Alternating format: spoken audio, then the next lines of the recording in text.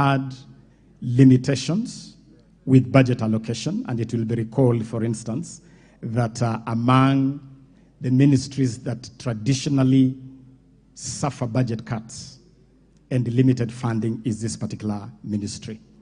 We have the sports fund, yes, but traditionally, Honorable Speaker, this fund supports so many other things, so many other things.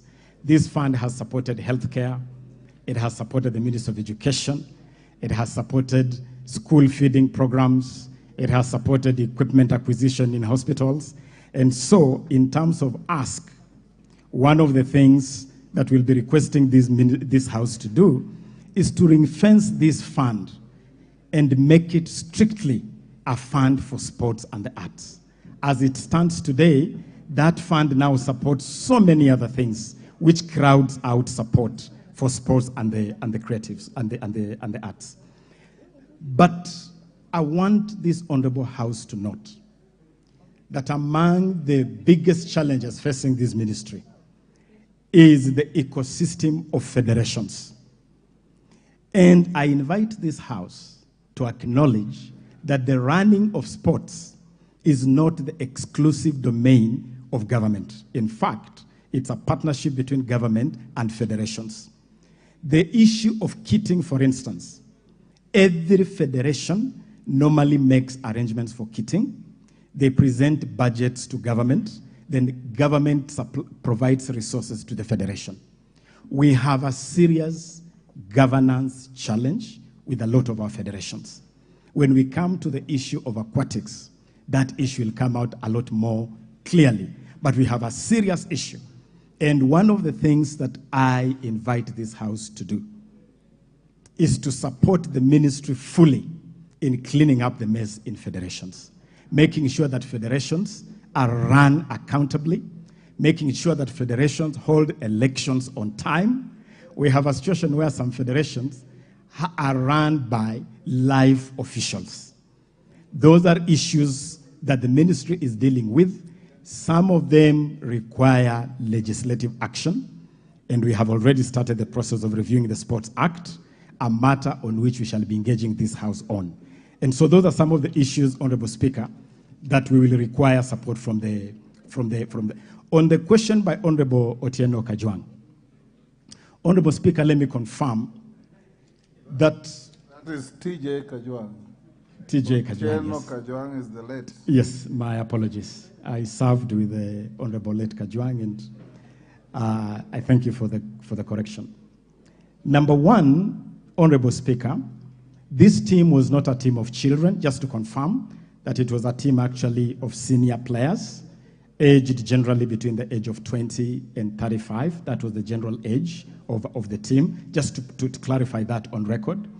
Number two, Honorable Kajwang, I can confirm to this House that certainly I'm the least traveled cabinet secretary in terms of traveling. When you talk about traveling to destinations, I saw some report indicating that I'm supposed to be in Budapest with the World Athletics team. I can confirm to this House that because of austerity measures of spending within the ministry, I have actually not had the honor or the privilege to accompany our teams traveling out of the country. We choose instead to send technical officers, like for this particular team, we sent the CEO of the Academy of Sports and the Director of Sports. The team in Budapest right now has a technical officer who is the Director of Sports accompanying the Principal Secretary, Engineer Peter Tum. And so it is not true at all that I go gallivanting around the globe, Honorable Speaker. I actually travel very sparingly. I want that to go on record. Honorable Speaker, Honorable Wanjiku Muia raised a number of questions, one on the spending on accommodation. And I want to confirm that the spending on accommodation, which I indicated here, and it is even in our formal submission, was actually on local accommodation. We accommodated this team at Kise, where we accommodated for the entire period of camping, and that cost was met by the funding that I have provided. Ordinarily, when you have Olympics, the organizing federation takes responsibility at that level. And so let that be clarified. In terms of why this team flew to Munich, it was because there was a build-up activity in Munich. And so different teams were actually supposed to congregate in Munich and then proceed to Berlin from Munich. Reason why this team went to Munich. It is not true that there was late registration. This team was actually registered on time, and all of them were able to participate. The rules for these events, these international events, are so stringent that they do not allow any registration out of time. And I can confirm that this team indeed was registered on time. Honorable Gladys Boscheley, the Honorable Deputy Speaker, raised a couple of questions, one on the budget and how that budget was spent. And let me confirm, Honorable Speaker, that ordinarily, the ministry does not generate any budget for any event. Budgets are generated by the parent federation. In this case, the budget was generated by the Special Olympics Federation. It is that budget that is used to make the allocation. The funds actually go to the federation, and it's the federation that takes responsibility for that spending. The federation also takes responsibility for kitting, and I want to confirm yet again that we are not aware of any fake Adidas, and that these teams are ordinarily kitted by Nike under a very formal agreement that is actually headlined by the National Olympics Committee of Kenya. That takes responsibility. There was a question. Deputy Speaker. Thank you, Honorable Speaker, and I do apologize for having to interrupt, but I just want to confirm that even if the kits are procured by the federations, it is the responsibility of the ministry to ensure that these ambassadors of Kenya are not doing something that is illegal. I have photographs here which are downloaded from the Team Kenya website. The Africa Beach Games that happened, the second edition, here the pictures show they are wearing Adidas, and I will give it to you, Cabinet Secretary. Here, when our team went to, again here on the 28th of June, 2023, on the official Team Kenya site and other, including your own Twitter handles, again, they are wearing Adidas. We all know what Adidas is. And if they were kitted by Nike, then you would have a confirmation that Nike actually donated the uniforms and that they are originals. Again, here I have a picture of our teams again. In fact, the CEO of the Paris 2024 Olympics alerted on the use of fake kits by Kenya, and I have that email. Again, on the 27th of July, our national team, 3x3 under 23, left the country with for the FIBA National League Games. Again, here are their pictures wearing fake Adidas.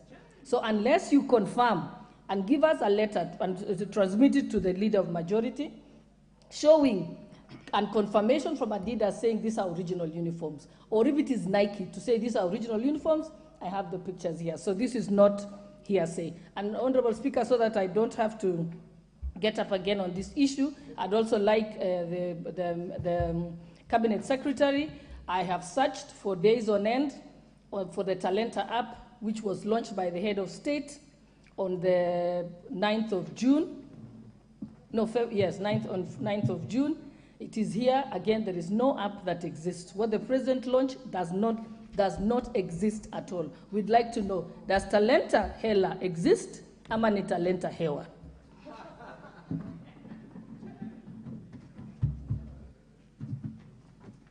May I continue, Honorable Speaker? Honorable Speaker, this issue of kit is a very important issue because it touches on copyright, it touches on intellectual property, and it is an area which is very tightly guarded. I want to confirm that the team that the Honorable Gladys Chalet refers to Tunisia, I want to confirm to this Honorable House that I flagged it off myself. I flagged it off myself, and they were in their official Nike kit. That is something I can confirm to this House without any fear of contradiction. I also want to confirm to this House that the team in Budapest, the World Athletics Championship team, is a team I personally flagged off. That team is also at the flagging off wearing their official Nike colors. I am willing, Honorable Speaker, to get confirmation from Athletics Kenya, the federation that manages athletics, National Olympics Committee, the team that manages all teams to the Olympics.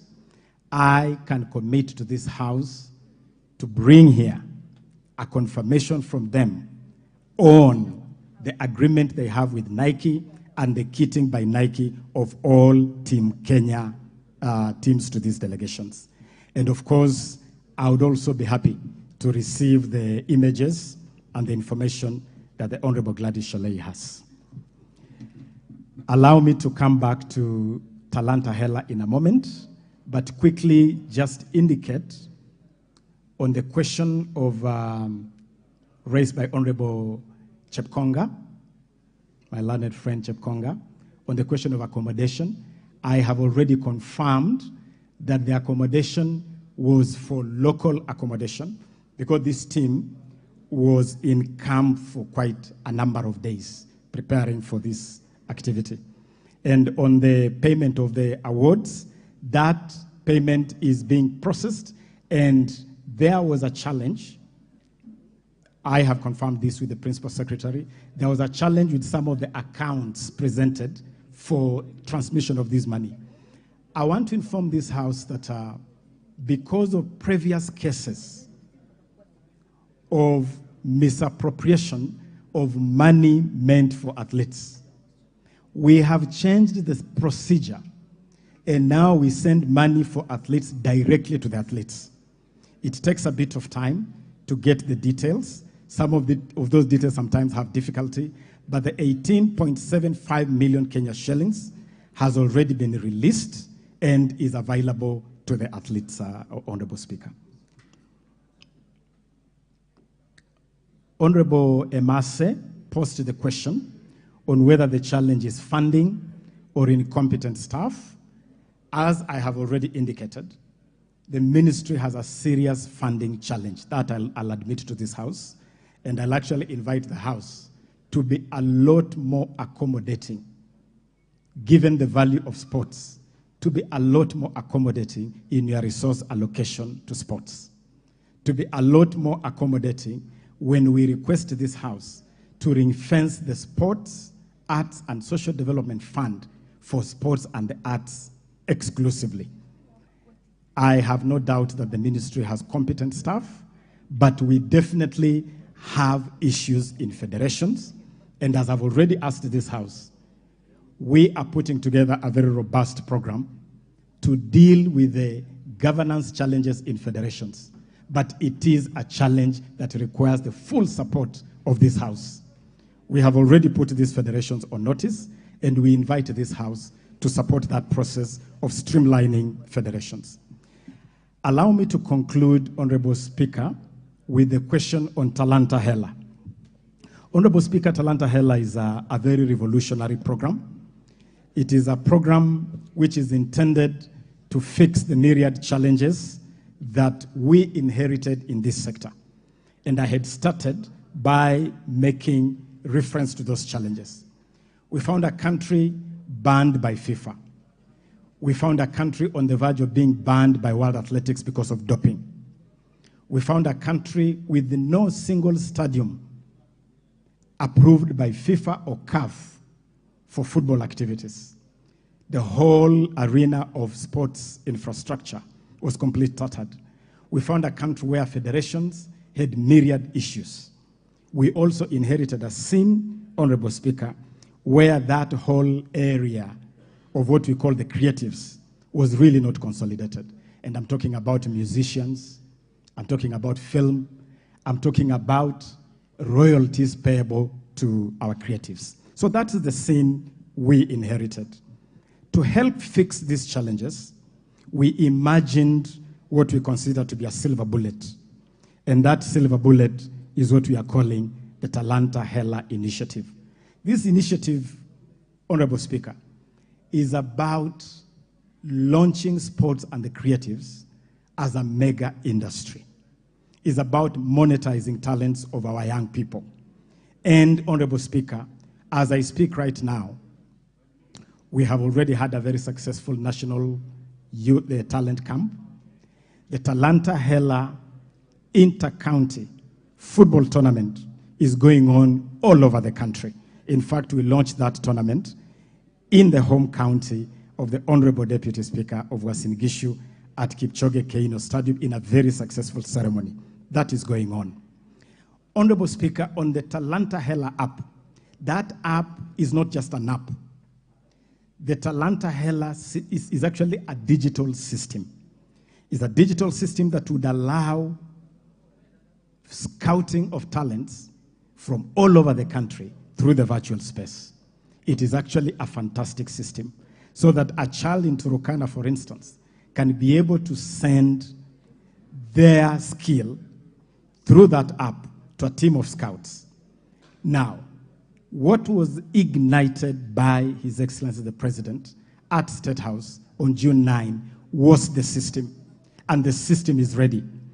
I can confirm to this House that there was a challenge that caused a delay in the completion of the screening room, because it is a whole ecosystem from the point where you take a clip and put it in the system, where it is then transmitted to a screening center.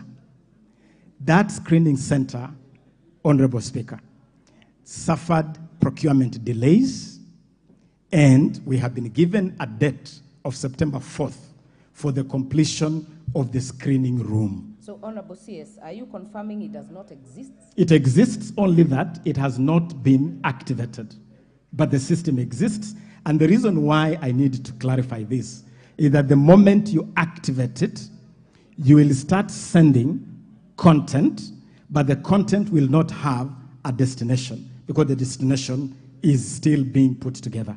And that destination is what we call the Talent Screening Center at Kasarani, and I invite this Honorable House, they can visit Kasarani at the Kenya Academy of Sports and confirm that actually we are working round the clock to complete the screening room at the Kenya Academy of Sports in Kasarani. There's but the system is... point of order from the Deputy Speaker. Cabinet Secretary is confirming that when the President launched something that was not ready, that is what we need to know. Because if it's not live to the public, then it was not necessary to launch it. So let's get a confirmation. He's saying it's under progress. So whatever was launched is something under construction. I think we need, that should come out clearly. Don't try and say we are building and it's staying here and it's in Kasarani. It was launched, which means it should have been live to the public, and it is not. I know there are many interventions on this. Honorable CS, please save yourself what you see in the House, because the question the Deputy Speaker asked is whether what was launched in State House exists as it is as or not. And I think what I'm hearing from you is that it doesn't exist. Honorable Ochieng, I'll hear Honorable Ochieng, then I'll hear Honorable Fatuma. Honorable Speaker, I've sat here and listened pensively to my friend, the CS for Sports. And I can tell you for sure, from where I sit, that he's not in charge. Because he's kept passing the buck to federation after federation. That on this Olympics, it's the Olympics committee that is in charge. On football, it is the Football Federation. It can't be that way. Honorable members, I want to ask my question. I want to ask my question. Yes, ask a question on the same Talanta Hela, because I will open a few others as follow-up questions. No, Madam Speaker, I was going to ask also that I don't have to come back, if you allow me. Honorable members, we've already exhausted the 1 hour that the speaker had intended for this question. I would request we let the CS finish, then I will give a few more interventions, and then we will go to the second part of the question, which actually now touches on aquatic, and we had a few members on the same. So the CS can finish. Honorable Cheng, you'll wind up, then I'll give the CS, and then we'll continue with the others later. What I wanted to know from the minister is what he's doing as minister to ensure that he takes back the charge of the ministry and sports affairs in the country. Number two, we've heard that this government works through something called one government approach. And just following up on the question by the Deputy Speaker, is it now the policy of government to keep launching things, because it's just not sports? You tell the president to go and launch things that are not ready, then you tell us that there was procurement challenges. Why didn't you wait for the procurement challenges to be sorted out first before you launch, Chair? Thank you so much. Cabinet Secretary, please make it precise. Thank you. I'll be very precise on this, Honorable Speaker. What I want to confirm is that the President launched a whole initiative. That initiative is called Talanta Hela. This initiative was launched on June 9, but it had a program. It had a calendar. That calendar included the inter-county football tournament. This program was launched on 9th. The tournament started 1 week ago because it had a calendar and it had a process of preparation, including working closely with the counties. The tournament was part of it. We had something called National Talent Camp. That talent camp happened and was concluded last week. So there is a series of activities. When you talk about the Talanta Hela initiative, it's not just about the app. It's a series of activities. And in fact, I can confirm to this House that the app was intended to go up during the period of the tournament, because that is when really we want to pick up the talents. And so it is not true that the President launched something non-existent. The President launched a program that is actually being rolled out. The program is being rolled out through the Inter-County Football Program. The program is being rolled out through the National Talent Camp. The program is being rolled out by the Creatives Economy Program. For instance, I can confirm to this House that the entire ecosystem of the football, of the sports undertaken by schools, the second term ball game that concluded in Kakamega, is a program that was fully funded by this ministry to the tune of 267 million Kenya shillings. And it is from that program that we brought 2,000 students to Nairobi for the National Talent Camp. That is part of the Talanta Hela program. It is under the same program that we are building partnerships around music and film, and we have even signed partnerships with a number of partners like Trace TV, like the American Grammys, and all these partnerships are part of that Talanta Hela ecosystem. So it's a very broad program. It has a long implementation time frame, and each of the activities that are set under this program are rolling on, Madam Speaker. I want us to make progress, honorable members. I can see there are some members who had asked some questions. Honorable Basil, you had asked the issue of joyriders. If I remember well, Honorable Rachel Nyamai, you had asked the CS whether he has issues with money. Honorable Memusi had asked the CS whether he's willing to resign. CS, you will respond to those three. Then I will get to the last leg of these questions. Honorable members, please hold your horses. We will try to cover as many as possible. Honorable Speaker, on the question by Honorable Basil, I am not aware of any joyriders being part of any official delegation accompanying any Kenyan team to any event. If it's the event that we are discussing here, the Para-Olympics in Berlin, the ministry was represented by only 2 officers, who I have named here: the CEO of the Kenya Academy of Sports and the acting director of sports. Those were the only officials from the ministry. Her Excellency, the Second Lady, had a delegation, and that is a delegation that we were managing separately. Other than those two delegations and the officials accompanying the team, together with the athletes, I'm not aware of any other joyriders. But if the honorable member has any details of any joyriders, I would be more than happy to get those details, Honorable Speaker. But I'm not aware of any. Honorable Nyamai, on the question of resources, I have answered this question, and I have made it very clear that this ministry is among the least funded ministries, and that is not a lie. This ministry receives the least funding by government, and it is always a struggle. And even the sports fund, which was intended to be some kind of backup for this ministry, is crowded by so many other needs. Health dips in, education dips in, tourism and culture dips in, everybody dips in their hand, which crowds out the resources available for sports and the arts. We would be very grateful to this House to pass regulations to ring fence.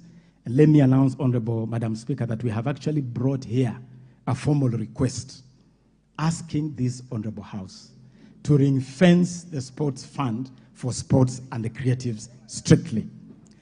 Honorable, my good brother, Honorable Cheng, I have not in any language, whether English, Swahili, or Lunyala dialect that I grew up speaking back in the villages of Budalangi, I have not said at all that I am not in control of this ministry. What I have, and I can confirm to you, Honorable Madam Speaker, is that I'm fully in touch and in control of this ministry. But I have made it clear that this is a public institution and it cannot be run as a one-man show. I share responsibilities with my two principal secretaries. I share responsibilities with my technical officers. And I also know that sports has other stakeholders. Federations play a critical role in the management of sports. The reason why Kenya was banned by FIFA in 2021 is because government attempted to do something which FIFA interpreted as meddling in the affairs of the federation. It is something which repeatedly crops up because federations have a role. And if we genuinely want to improve sports in this country, please oversight the ministry and make sure the ministry is performing optimally, but don't close your eye to federations. Federations have a critical role to play. Let us make federations accountable. Let us make federations improve their governance culture. If federations are performing and the ministry is performing, definitely sports in this country will improve. And especially if we provide sufficient resources to support these activities. I submit, Honorable Speaker. Other members, we will make progress on this matter. I would request that the CS answers part 2 of this question so that we also open another window for follow-up questions and we will get as many as possible at that point.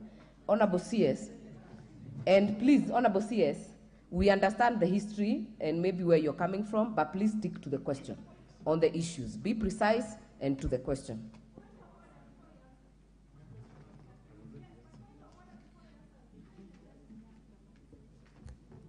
What is your point of order, Honorable Memusi? I had already raised your question with the Honorable CS. Would you be willing to resign? I don't want you to repeat it, Honorable CS. Honorable Memusi, do not repeat the question because you had already asked. CS, as you answered the second part, kindly respond to Honorable Memusi. Honorable Speaker, I believe I have responded to pretty much all the questions raised except the issue raised by Honorable Memusi. Honorable CS, address the House. Just Thank continue. you. Thank you. Thank you.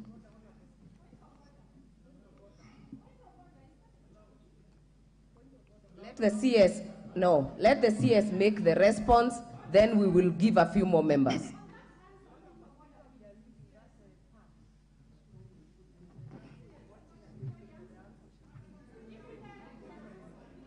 We will let the Cabinet Secretary answer this question. Please go on, answer Honorable Memusi's question. Thank you, Honorable Speaker.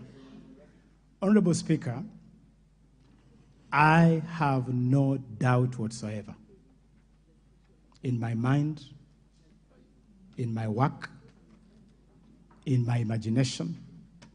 I have no doubt that I am performing well as Cabinet Secretary for Sports, the Arts, and Youth Affairs. Honorable Speaker, 10 months ago, when I walked into this ministry as the Cabinet Secretary, I inherited an arena that was in a total mess, as I have already indicated. I inherited an arena, as I said, football banned. Honorable CS, please Yes. respond, just precisely. I can respond to this House. Are you willing to resign based on these issues that have been raised on this floor? I believe, Honorable Speaker, that there is absolutely no sufficient ground that would cause my resignation, because I believe I am performing exemplary well as Cabinet Secretary responsible for this ministry.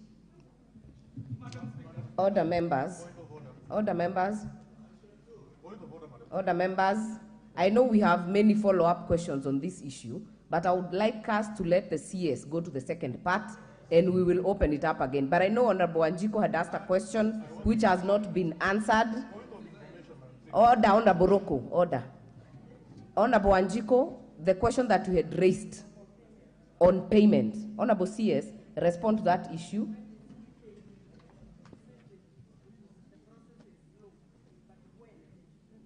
You're not on record, Honorable Wanjiku. Honorable CS, there was a question on the payment. You said it's in the process. How long and when is it supposed to be completed? I can confirm, Honorable Speaker, to the Honorable Wanjiku Muya, that with the little glitches that have already been settled by the Principal Secretary and the fund, I believe that in no more than a week, the fund should be in the accounts of the athletes. In no more than a week, Honorable Speaker. May I now, Honorable Speaker, come to the question of aquatic sports. And Honorable Speaker, let me from the outset indicate to this House that the state of swimming in this country is symptomatic, is a microcosm of the challenges in federations that I have repeatedly alluded to. A challenge where federations have, for a long time, not been ready to respect the law of this country, where federations have been reluctant to be accountable. We have a law in this country, Honorable Speaker, called the Sports Act. It is a law that we put in place to regulate this whole arena of sports. We enacted this law in 2013, and Honorable Speaker, I was actually the Minister for Sports in the coalition government when I stood on this floor. That time I was both Minister for Sports and Member of Parliament for Budalangi, and I stood on this floor to move the Sports Act for enactment. We have had serious challenges in the intervening period in enforcement of that statute. Today, what ails Aquatics Kenya, or Kenya Aquatics? The issue here is failure to comply with the law and the regulations. But most importantly, Honorable Speaker, is that as we speak today, this federation is embroiled in a court case, a legal tussle. This case that has moved from the Sports Tribunal to the High Court is now styled as Nairobi High Court Petition number E08 of 2021, Margaret Ngungu Mwasha and another, versus the Kenya Swimming Federation and 3 others. 2 factions of this federation have gone to court. And the bone of contention is who should be in control of this federation and how should elections for this federation be conducted. One faction is clinging onto a constitution that they produced as a faction. The other faction is insisting that things have to be done differently, which has caused a major stalemate. I want to confirm to this honorable House that we have made effort to intervene in this matter by engaging directly with World Aquatics. This House also needs to take notice of one major issue when it comes to dealing with the international federations. International federations are very protective of their turf. They are very protective of their affiliates. You touch an affiliate, the World Federation tells you that is government interference. And so we have been tussling with World Aquatics to allow government to exercise the law, and specifically to exercise, Honorable Speaker, the mandate in Section 54 of the Sports Act. Section 54 of the Act allows the Cabinet Secretary to make an intervention in the management of a federation. We have gone back and forth with World Aquatics because they feel if we deploy Section 54 of the Sports Act, then they will pretty much walk out of Kenya and completely freeze Kenya out of international swimming activities. But I'm glad to inform this House that we had a breakthrough this morning with World Aquatics. And World Aquatics has now agreed that we can form a team under Section 54 on consultation with them because they have already put together a team called Stabilization Committee. They have been very protective of that committee, and they had even refused to allow government to have membership on that committee. We have agreed with World Aquatics that we can now consult and put together a joint team, a team that involves representation desired by World Aquatics and representation that meets the requirements of Section 54 of the Sports Act. I want to assure this House that we have held multiple meetings. I have held a meeting with parents. This is a sport where parents have got a very big voice because it involves minors, and previously we have had the challenge of these minors being abused. And so parents insist to have a big say. I have met parents. I have met the Stabilization Committee, and I have engaged World Aquatics.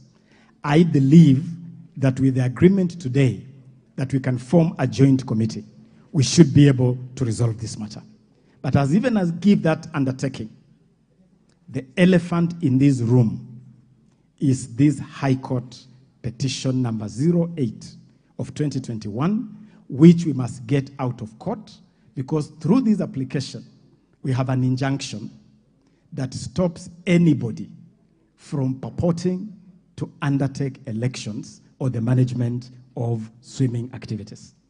Let me also assure this House that among the asks we have put before World Aquatics is that we have asked World Aquatics that as we go on with this process of putting together the committee and preparing elections and agreeing on a constitution for Aquatic Kenya, we can have an arrangement where our swimmers can continue to participate in international competitions. We have an event coming up in February next year. It is an important activity because it's a qualifier for the Olympics. We have asked World Aquatics that as we deal with these issues, let us not punish the athlete. Let us deal with the governance issues, but have an arrangement that will allow our swimmers to participate in the qualifiers, and if they qualify, to participate in the Olympics. I submit, Honorable Speaker.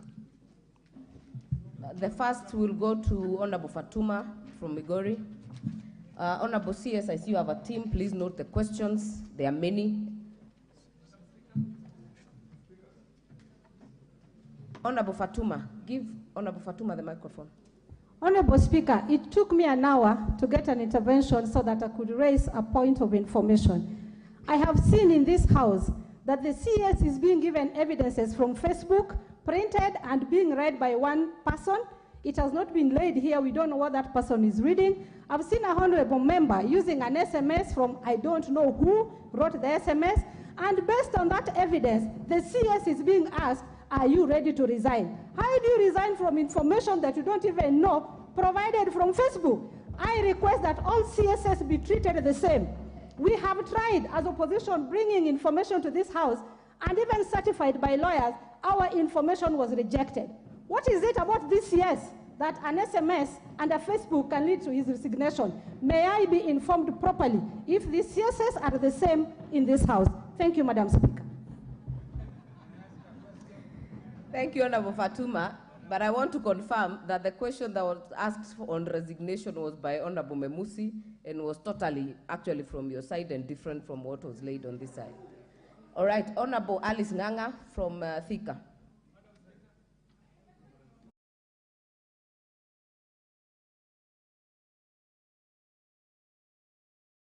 Honorable Speaker, I just need to go to ask CS. I'm the chair on social protection, and I know there are these sportmen and women who are able differently. When they go out there, are they given special treatment as they deserve? Because they are not like any other sportman and a woman.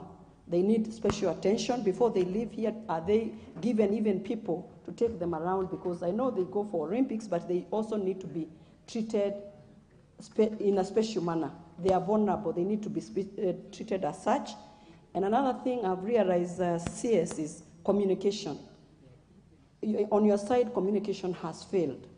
Because right now you have told us that you brought 2,000 people here in Nairobi.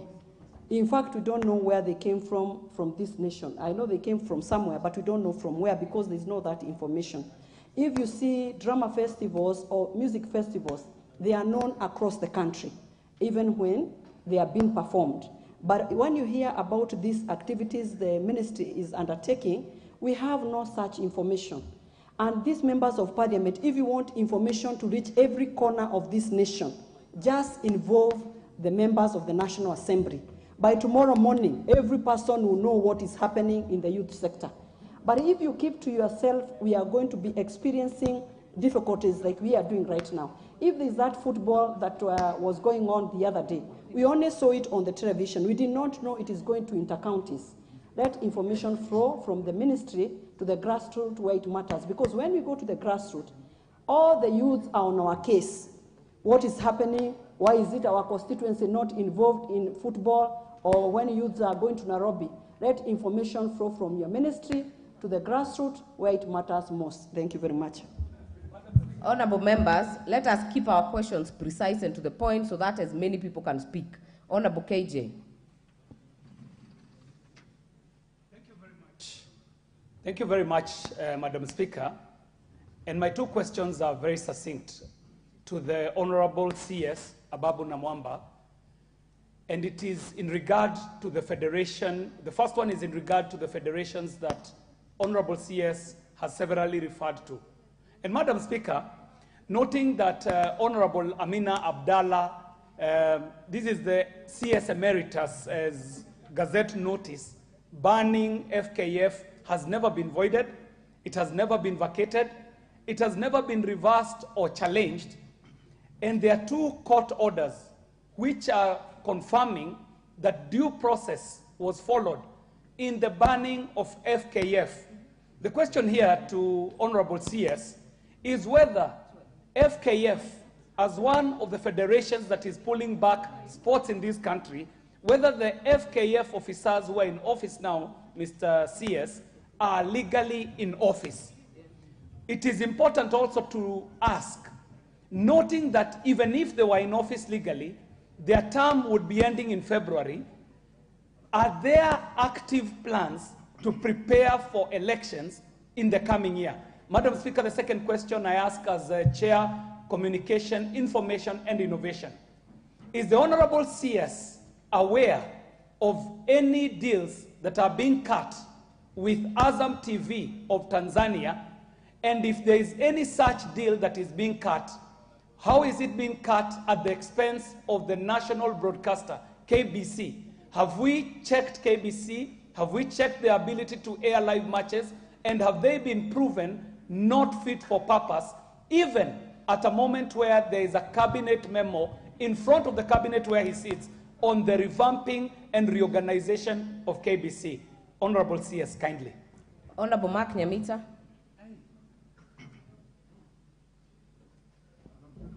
Thank you, Madam Speaker.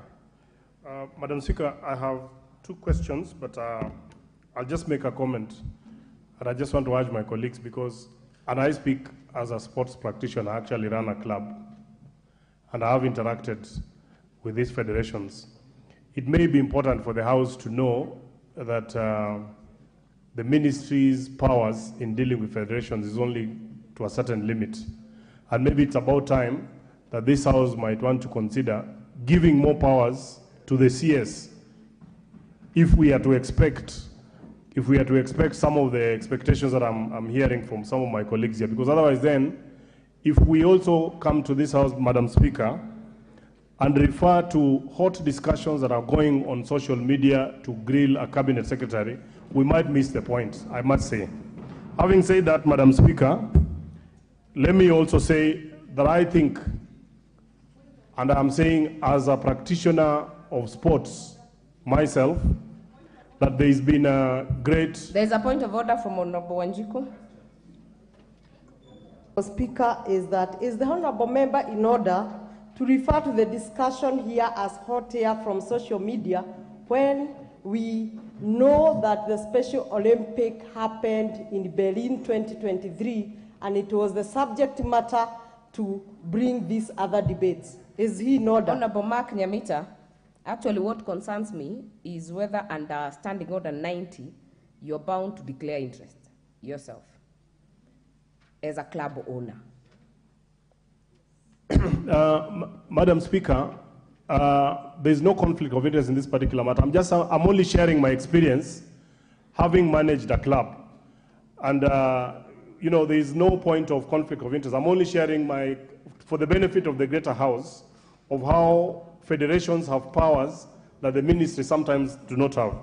But just to the point of order raised by Honorable Wanjiku Muya, I think the word hot air is from you, but you will agree with me that many of the members here have alluded to discussions that are going on social media. And for the purpose of record, Honorable TJ Kajwang did mention, the Honorable Deputy Speaker, the Honorable Majority Leader did refer to what is going on social media. And I'm only saying, if we have no way of verifying what we see on social media, because on social media, some of us have even been declared dead, yet we are here. So it would be unfair really to even ask the CS really to resign on issues that are saying. But back to my question, Madam Speaker. I just wanted to ask, is Honorable Mark the Nyamita, CS... You have already taken 2 minutes. You said you have no question, you have a comment. I have a question. I have a question, Madam Speaker. Nyamita, you started by saying you will not ask a question. You have a comment, which I have given you 2 minutes. I didn't say that, Madam Speaker. My question is just one question. We can check the answer, but the next moment will go to Honorable Ndikiri on this side.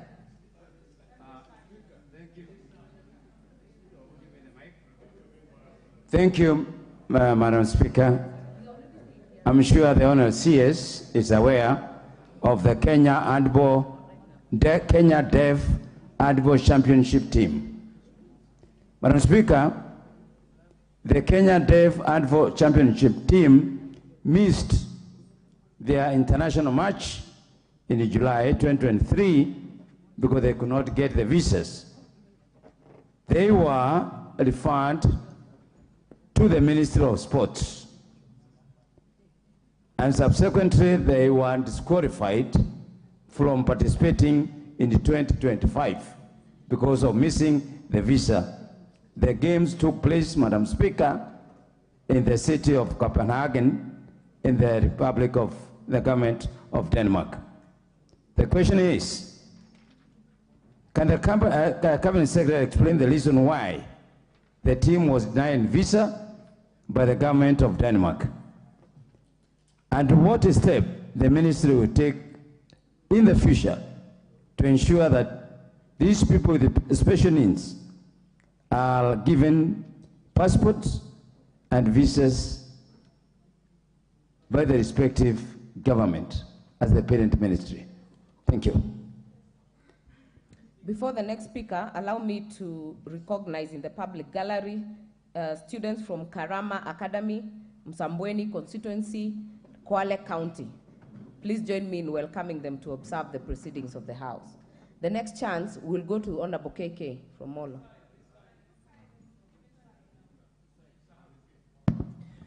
Thank you, Madam Speaker. I have one comment and one question. And at a time when we are all lamenting about how the CS has performed, I would like to congratulate him on the Bukungu Stadium finals that was done for schools. As in that really showed, that was really nice. I didn't know it was a Ministry of Sport that was doing that. And Kenyans are saying that they are ready to go and pay to watch our local matches. So that was very good. On the Talanta Hela app, Honorable CS, that you kept referring to, I checked on my app store, it's not available.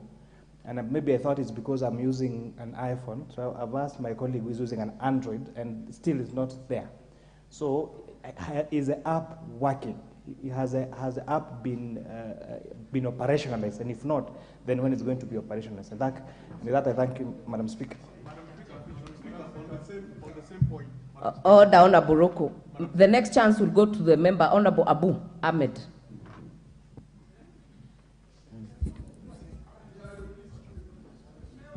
Thank you, Madam Speaker. I did speak, but I was stopped. Is the Cabinet Secretary aware that 4 swimmers, namely Emily Muteti,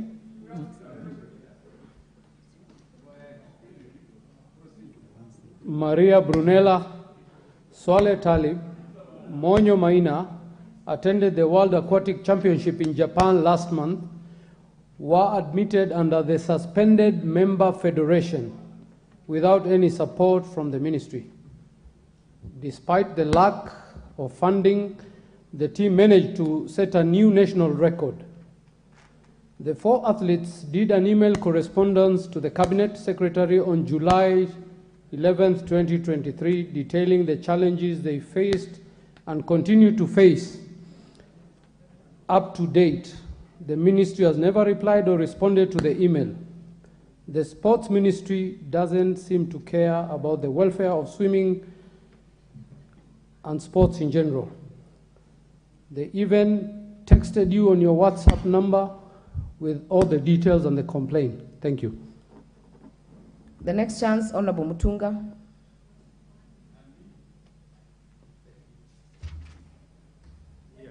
Make it short and precise. Okay. This one is working. Honorable Speaker, thank you very much. Honorable Speaker, I want to speak of a very specific issue that has had to do with me. The Honorable CS has said is up to the task, and he has everything in his control. Honorable Speaker, when it comes to communication, I would like to ask the Honorable CS whether he is aware that I personally invited him to launch an award of a Pan-African Book Award by a member of my community. Writing in this country is extremely poor. We need to encourage the young people to write. I personally spoke to his PA. I sent a letter to the PA. The award is being given tomorrow. What is the question? We do not have any response. Is he aware? Is he in charge of his ministry? Does he have that communication? Honorable members, we do not personalize this matter. Member for Sirisia. Member for Sirisia.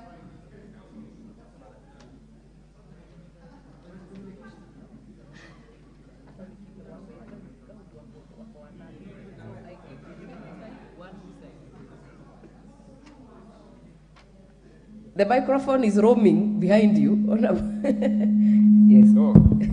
Thank you, Honorable Speaker. Honorable Speaker, some of the questions I think are personal. But let me ask mine. Honorable Siri, recently you gave out 100 million to sports teams and individuals. In the first time it's happening in this country, Waziri, I want to ask you, could this have contributed to your problems with some of those who did not benefit?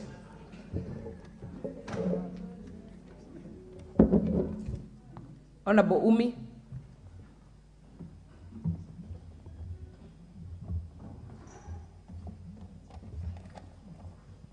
Thank you, Madam Speaker. My question to the Minister would be regarding the National Talent Academy on the Talantahela program. I'm concerned because are we just making the young players just play and play without having professional agents to scout them so that they can get professional football careers? Because between the month of March and August, I'm aware of private agents who've been coming to the country and have scouted at least 10 Kenyans. But in the Talantahela program, when I looked at it, it doesn't have any nearby deliverables where we can say in the next few years, at least we've signed these young players from across the country. So my question to him is, does the ministry have a plan where they're partnering with agents? Because football, unlike the athletics, do not just run and have their scouting happening from within. They have to be signed to professional football academies. So that's my concern. Thank you. Thank you. Honorable Justice.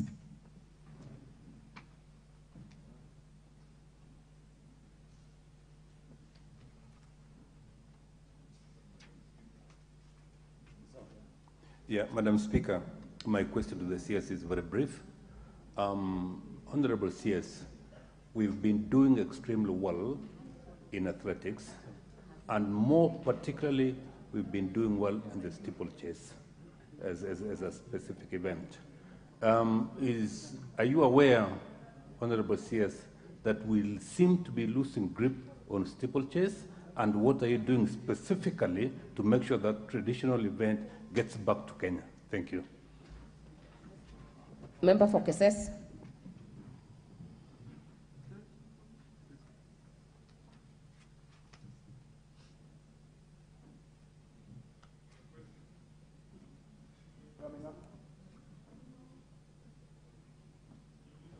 Where is the microphone? Oh, thank you, Madam Speaker. I think also I will go as my colleague Justice, very brief. Number one, Madam Speaker, all of us were aware that currently Kenya is participating in the World Championship in Buddhism. And coming from... Did you mean Budapest? Hungary, you can use the other name, you can feel it yourself. Budapest. Thank you, Professor. Keses, Thank you, this house is a house of record. Budapest, thank you. You mean Budapest, not Buddhism. Thank you, Madam Speaker. No, it depends with the school you went. I went to Luamatu Primary, so you can excuse me for that. Now, Madam Speaker, as you said, Wasingishu and more so Eldoret has acquired a named City of Champions because of the athletes that come from that area or they reside in that place.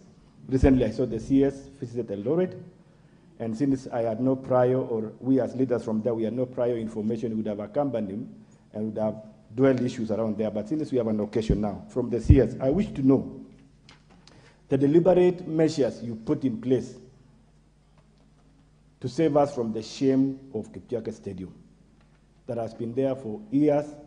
This is the only stadium we have that could give opportunity to athletes to train, to practice, and maybe even the current challenges we are experiencing in steeplechase is because we have no field for them to train.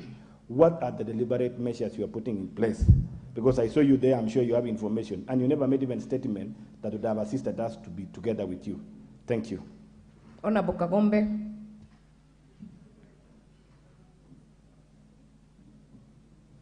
The microphone. Thank you, Madam Speaker. Madam Speaker, I have 3 concerns to the Honorable CS. One, on the issue of the Olympics. He said, on the issue of money, he said that we have had a challenge of accounts. But he also confirmed that he paid the allowances. So this account that paid allowances was not able to pay the monies for the winners for the medals. So I want to find out how this account is able to pay for some monies and not the others. Number 2, it is good. He has observed that he had a meeting with the World Aquatics today morning, and he alluded to what they discussed. But this, Kenya is watching, and the people, especially who are in swimming, have been waiting for this day. A lot of young children who now cannot swim, even at personal capacities because we've been banned from swimming, are wondering, and they wanted something concrete to hold on. The qualifiers for the Olympics are coming up on February. We are unlikely to have had the CS again in this house. So we want to know now concrete plans that he has with World Aquatics to make sure that our children participate in the qualifiers for the Olympics, in the swimming, for swimming, as they organize that. But I'm also concerned, Madam Speaker, that we have 2 factions in a federation, and we are not able to moderate between 2 factions that have kept us in court since 2014. I expected that the Honorable CS is able to put these 2 people together so that we do not have to wait for the courts. They can have an out-of-court settlement so that our children stop suffering. Thank you, Madam Speaker. I also want to confirm, Honorable Kagombe, that the CS can be made to appear in this house any other time if the house so feels important. Majority Whip. Thank you, Honorable Speaker. Honorable Speaker, I'll pick it up from where Honorable Kagomba has stopped from.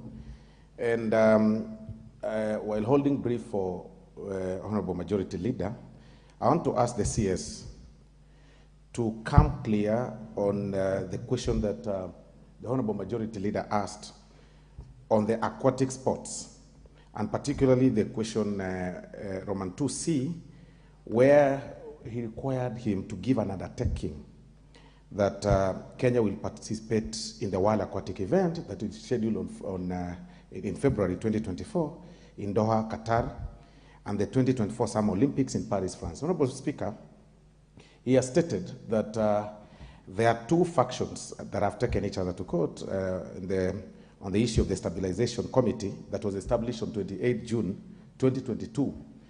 But he hasn't come out clear on whether the ministry is making effort, possibly even to invoke the alternative dispute resolution mechanism, at least for the purposes of, hastening this process to make sure that these particular teams participate in the 2024 Summer Olympics and the February 2024 events that are scheduled there. What measures have they taken? Have they been involved? Have they enjoyed themselves in the case that is in the High Court? That is a question, Honorable Speaker. Thanks. Honorable Bensouda. Thank you very, very much. I've really been trying since morning.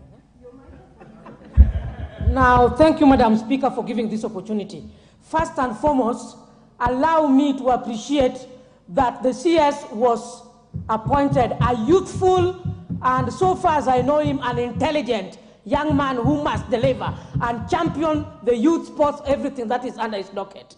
From the discussion, since I listened, the preliminary of the introduction of the Majority Leader, a lot could be alluded by the fact that Honorable Kajwang mentioned that there were some disorders which needs to be put to order.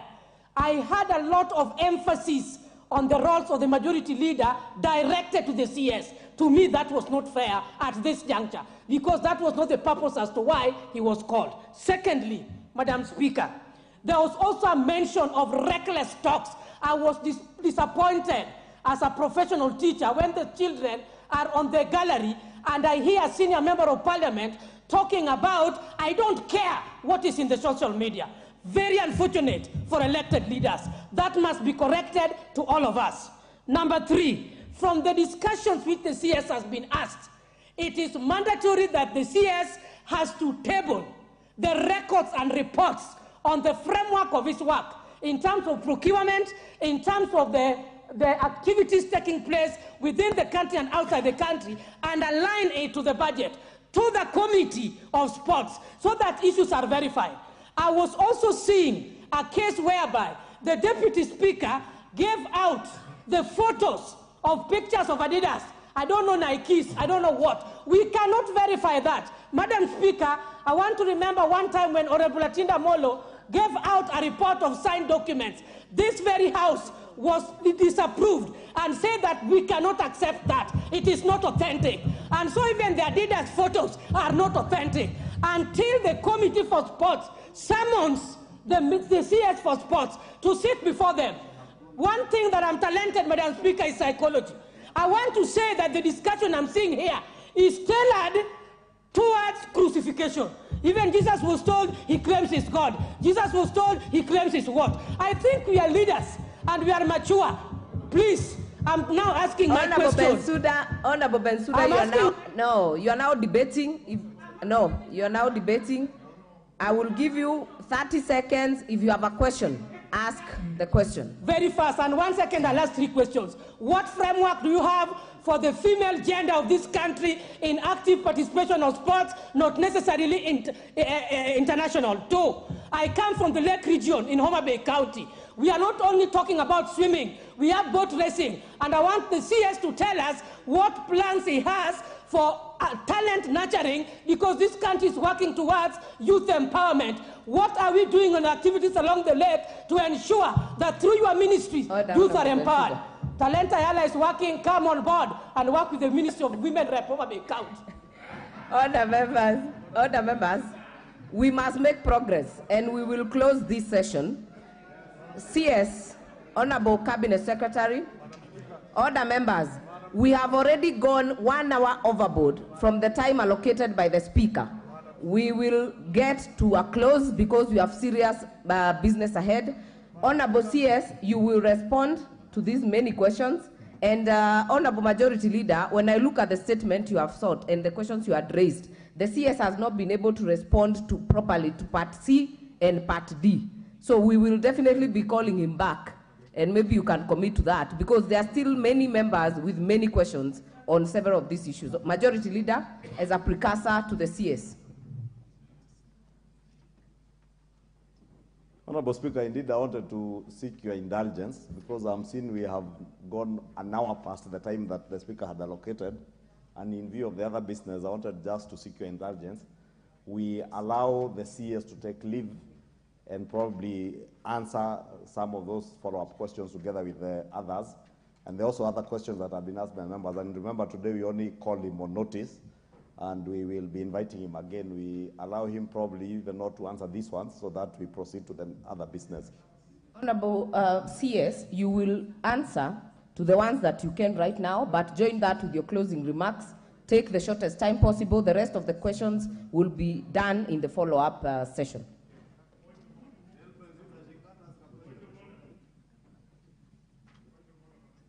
There is nothing out of order. Let the CS make the response.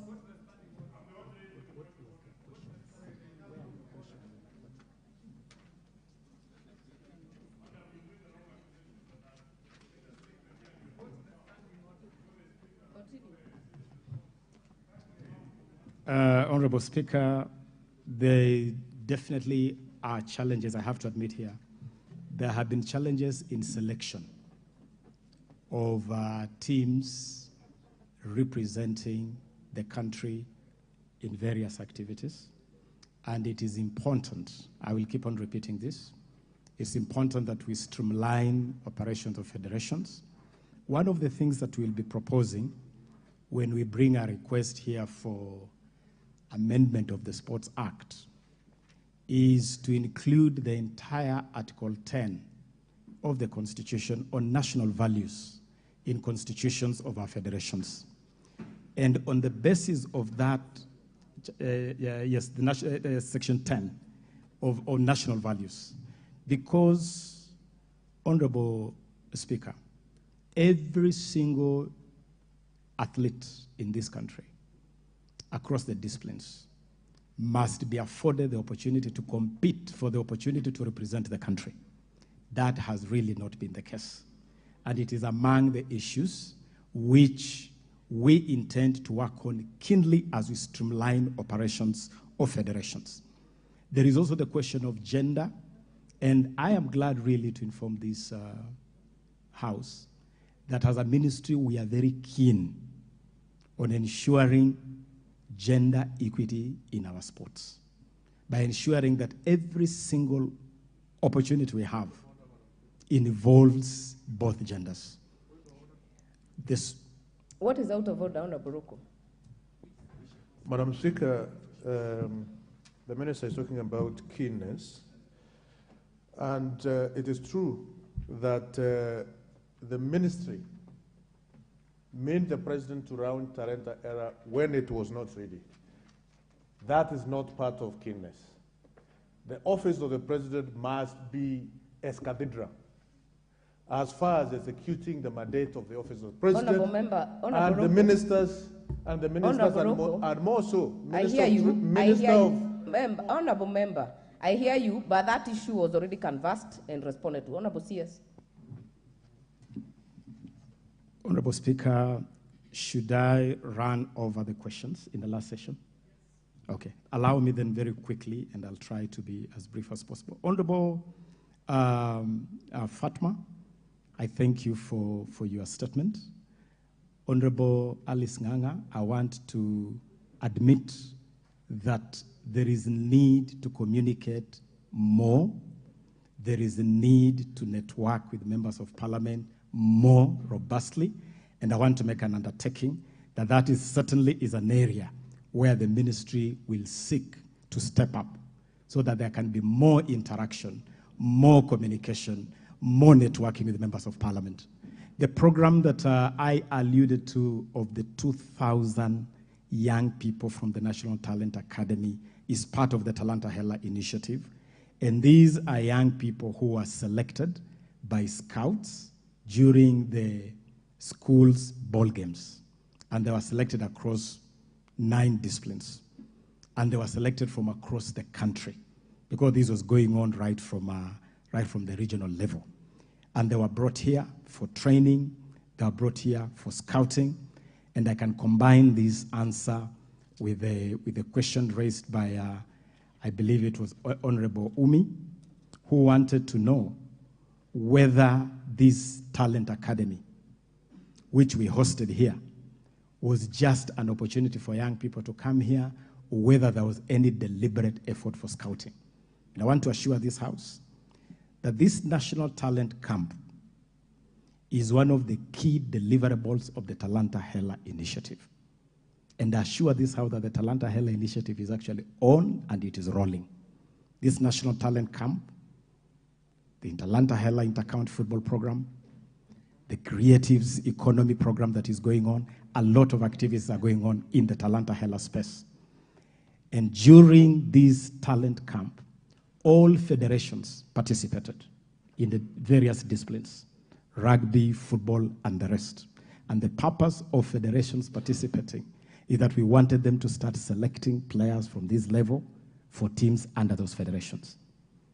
For instance, we expect that the Kenya Rugby Union must have identified some young talents for progression to the Kenya Under-20 rugby team. The national team technical benches participated. We had the national coach of the Harambee Starlets, the national football women team. We had the national technical bench of Harambee Stars, and the purpose was to start picking talents at this level. Because for football, for instance, Kenya has never had a national under-15 team or national under-17 or under-19 team. The purpose of this program is to start constructing age-capped teams because that's the best way to feed the national team and ensure that Kenya is supremely competitive. And it is during this program that we also announced that 3 young Kenyans had actually won scholarships to progress to foreign academies. Aldrin Kibet, Alvin Kasavuli, Moses Wamalwa have all been admitted to the NSA Academy in Spain to advance their footballing talents. So the camp is not just about coming together and gathering children together. The camp is actually to provide an ecosystem where they can receive elite training and they can progress to develop their talents to the next level. Quickly to Honorable KJ. Honorable KJ has asked two very significant questions. The question on FKF, we are fully aware, Honorable Speaker, on the status of FKF, including the legal conundrum. But we had an arrangement with FIFA, and that arrangement was to progress FKF to a point where they can hold elections, because we have had serious issues in this federation. And I do expect that FKF should hold their elections as scheduled, because that is one way of starting to put the whole footballing ecosystem on a new keel. On the question of Azam TV vis-a-vis KBC, I want to tell this House that again, as part of the monetization agenda of Talanta Hela, we have taken cognizance of the fact that all corporate sponsorship took flight from Kenyan sports. Live broadcasts took flight from football. All the interest that we have had previously in sports has disappeared because of mismanagement, because improper running of this space. But I'm glad to report to this House that a package has been put in place. Allow me not to go into those details because it has not been officially made public, and there are a number of partners involved, but I can confirm to this House that KBC is right at the heart of that program. And we believe that KBC must be afforded opportunity to build its capacity to become a serious broadcaster. And you must have seen that we gave KBC the opportunity to broadcast the Safari Rally.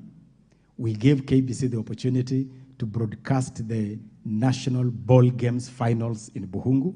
We gave them the rights to do that broadcast live. And we are slowly assisting KBC to build its muscle. It is going to be part of a package that includes two major things. Number one, a sponsorship package that will see money going straight to clubs. And number two, a live broadcast package. Very soon, the details will be made public, Honorable Speaker. Honorable Rindikiri, I got your question on the Kenya Deaf handball team. And the challenge we had with this particular assignment was the visa issuance by the Embassy of Denmark. Among the challenges we face daily is the late processing of requests by federations when they're preparing teams for international assignments. These requests come late, it becomes a big challenge to process funding, and it is an even bigger challenge to deal with visas. And as you know, Honorable Speaker, Honorable Members, the ministry does not have control over issuance of visa.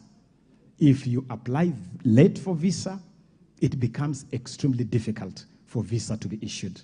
And this is a matter where we have developed new regulations, and we are planning to have a retreat or a meeting with the federations to share the package we have put together.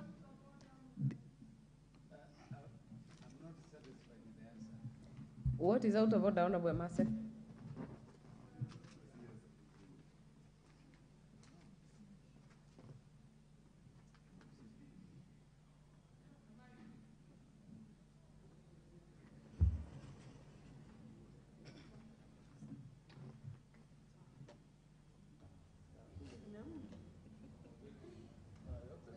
No, I have all the speakers. Thank you, Madam Speaker. Madam Speaker, I was just wondering, I want to believe that most of the sporting events are known much in advance for the whole year and even beyond. Is the minister in order to say there is a delay in preparation of the visas, which is without its control, when we know that most of these sporting events at such a time? Why can't the visas be prepared in advance? Thank you, Madam Speaker. Yes. Honorable Speaker, definitely calendars of events are normally known, but participation in these events is something that is initiated by the Federation. It's the Federation that is affiliated to the relevant international organization. It's the Federation that gets the right to participate, and it's the Federation that then brings a request. And it is true that more often than not, we receive very, very late requests. And it is something which we have put together a framework to help federations handle this matter a lot more smoothly. Honorable KK, thank you on your statement about Buhungu, and I can confirm that indeed all the drama and film festival, the music festival that we had, the concert in Nakuru today with His Excellency the President, and the ball games were fully funded by this ministry to the tune of 267 million Kenya shillings. And we have worked very, very closely with the Kenya Secondary School Sports Association and the Kenya Primary School Sports Association. And that whole program is part of our rolling out the Talanta Hela initiative. As I have already said, the back end of the Talanta Hela system is something that is being sorted out. And as soon as that is sorted out, then live streaming of that can start right away.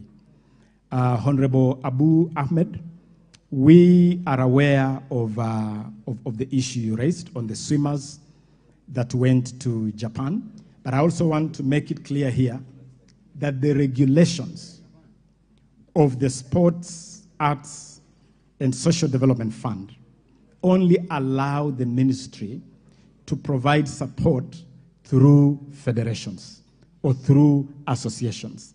It's the body that brings a request. And the challenge we continue to have with swimming is because of this challenge with the federation.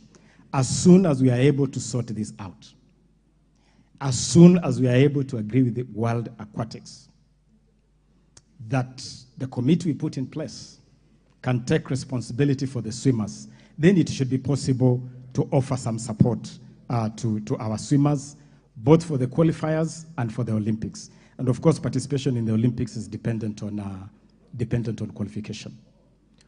Honorable Mutunga, your invitation to the book award, the book launch, I can confirm to you while on my feet that if the book launch is tomorrow, I would be more than glad. I love books. Promotion of the literary arts is one of the areas which we need to improve. And certainly, Kenya could do with more writing, more production of books. And so I'll be more than happy, Honorable Mutunga, to come and join you for the launch of this book. There was a question from Honorable Waluke on the 100 million given to sportsmen, sportswomen, and could this be the source of my my troubles? What I can say is that we have really not treated our sportsmen and women right. You may want to know, honorable members, that the 100 million shillings that Honorable Aluke refers here was largely to, number one, clear outstanding awards going back to the year 2010. There are athletes who competed and represented this country from 2010, and they had not been paid their awards. We were able, honorable members, to clear all that backlog, and we were also able, for the first time in the history of this country, to offer something to our legends. We honored our legends who have competed for this country for the last 60 years. And so I believe that that is a good way of spending money. Our athletes, our sportsmen and women are the goose that lays the golden egg, and we must acknowledge and reward them appropriately. And through the Hongera Awards, we'll continue to do this every single year. Honorable Justice asked a fundamental question. We have lost a hold on some of the events where we have reigned supreme, like the steeplechase. We could only manage a bronze medal yesterday during the steeplechase finals in Budapest. And I want to inform this Honorable House that I have sat down with Athletics Kenya and I have challenged them to go back to the drawing board so that we can reclaim our glory in our traditional strong sports. And I am happy to also report that after that engagement, Athletics Kenya has submitted to the ministry a blueprint for youth development requiring 64 million Kenya shillings, which is being considered to go back to primary schools, to go back to the basics. Steeplechase requires special training. Steeplechase requires special equipment. The ministry has accepted to make special investment for Kenya to bounce back in steeplechase, because it's an area where we have definitely lost our way. Honorable Member for Keses on Kipchoge. Kipchoge is among the facilities, as I said at the beginning, that our sporting infrastructure had really gone under. Until last Saturday, when Kakamega Homeboys played the Libyan team Al Hilal, Kenya did not even have a stadium approved by FIFA or CAF. We had to do emergency rehabilitation on Nyayo to be approved by CAF for that game of Homeboys. We have a master plan, and I would be glad to share with this Honorable House that part of the Talanta Hela program is a sports and arts master plan on how to improve our infrastructure. That master plan includes revamping our international stadia so that CAF and FIFA can be comfortable with them. And as you know, we have put in a bid to host the Africa Cup of Nations 2027. We have made tenders for rehabilitation of stadia, and this Kip Keino is among them. These tenders were opened on 17th of this month for rehabilitation of Kasarani, Nyayo, and Kipchoge Keino Stadium in Eldoret. As we await this program to start, we were able to do some emergency rehabilitation of Kip Keino, and that is why Kip Keino was able to host the Devolution Conference Games, which again I had the honor to open myself. Honorable Kangombe, when I mentioned the issue of the account, I meant account details given by some of the athletes. There were a bit of issues which are being sorted out, and I believe that money should reach athletes within a week, as I have confirmed here.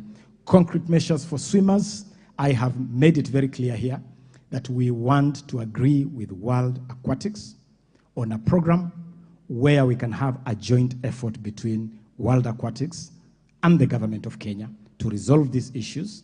It will be important to get this court case out of court and get these factions on the table so that we can get Kenya Aquatics back on track.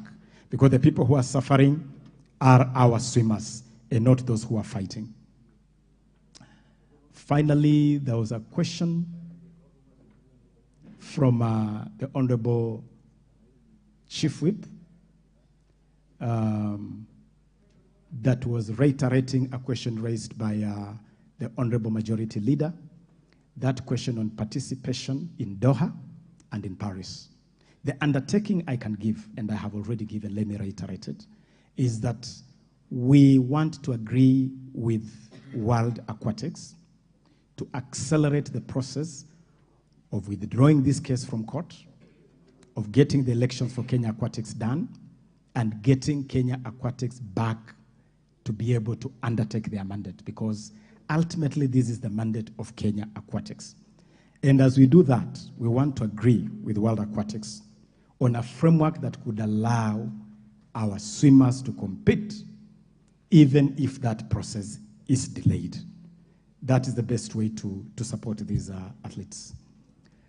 Honorable Bensunda, I have prepared all the records of the issues I have referred to, and it is a whole world of records here, including the state of sports as we found it, as we inherited it, and as I've repeatedly said, we found Kenyan sports in a mess, a total mess. The efforts we have made to start revamping infrastructure, to create a pipeline for talents, to monetize the creatives and talents generally, and to just make sure that Kenya maintains her pedigree as a top competing nation. All this is in the records that we have, and we'll gladly leave them here with the Honorable House. I thank you, Madam Speaker. Thank you, Honorable CS. I can note that there are still very many people, or several people, who have follow-up questions. I have noted Honorable Abu, Honorable Irene Mayaka, Honorable Rueda, Honorable Rindikiri, but as the majority leader had presented, this will be done in the follow-up session. I will therefore request that we let the CS out at this point so that we can proceed with the business of the House.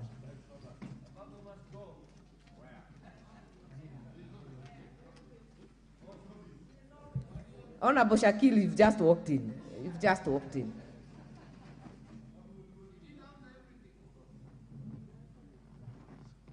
Honorable CS, kindly take your leave.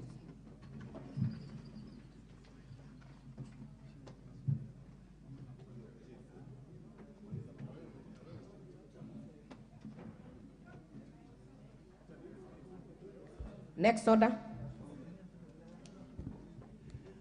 Order number 9, Committee of the Whole House.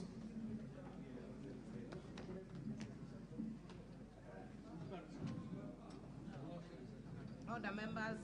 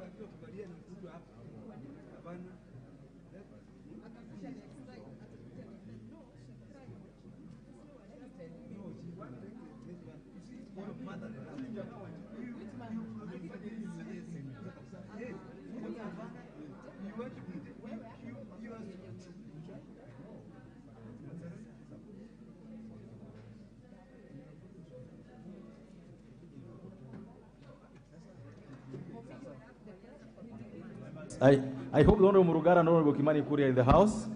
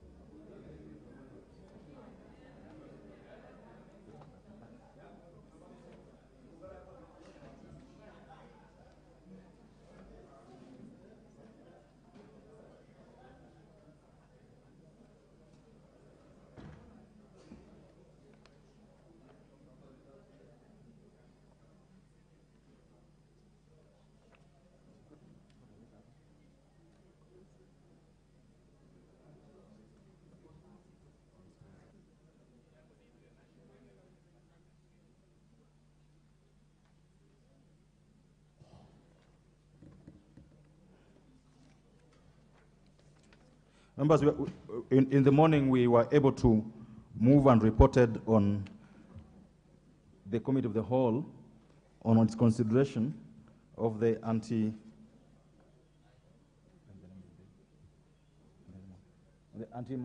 anti-money laundering and combating of terrorism financing laws amendment bill number 35 of 2023, and we wish to pick up immediately from where we left, which, if you remember, was on the section relating to the National Police Service Act 2011, Act number 11A of 2011. And members, I therefore propose the question. I now therefore propose the. I've just done that, Honorable Millie. I've just brought us to speed, if I would use your word. I've just indicated that in the morning, we reported progress to the House on a consideration of the anti-money laundering bill, up to and including the provisions relating to the proceeds of crime and anti-money laundering Act of 09, which you consider unfinished. Now, in the order paper, if you go to page number, doesn't have a page number, page number 1016, and members, you are now considering amendments relating to the National Service Police Act, and therefore wish to propose the question. Provisions relating to the National Police Service Act 2011, number 11A of 2011. Honourable members, I wish to propose the question that the provisions relating to section 56A, including the insertion of a new subsection 1A immediately after the deletion and substitution of the division in the proposed subsection 2, be part of the bill. The mover. Thank you, Mr. Chairman. Mr. Chairman, I move that the National Police Service Act, Act number 11A of 2011, be amended in section 56A as proposed on the order paper. The justification is that we need to empower the Cabinet Secretary to gazette regulations prescribing the modalities of a controlled delivery and the safeguards preventing abuse of the investigative techniques. Those regulations will actually come to Parliament. As regards the second proposed amendment, it is to limit the use of controlled delivery officers of the rank of inspector and above.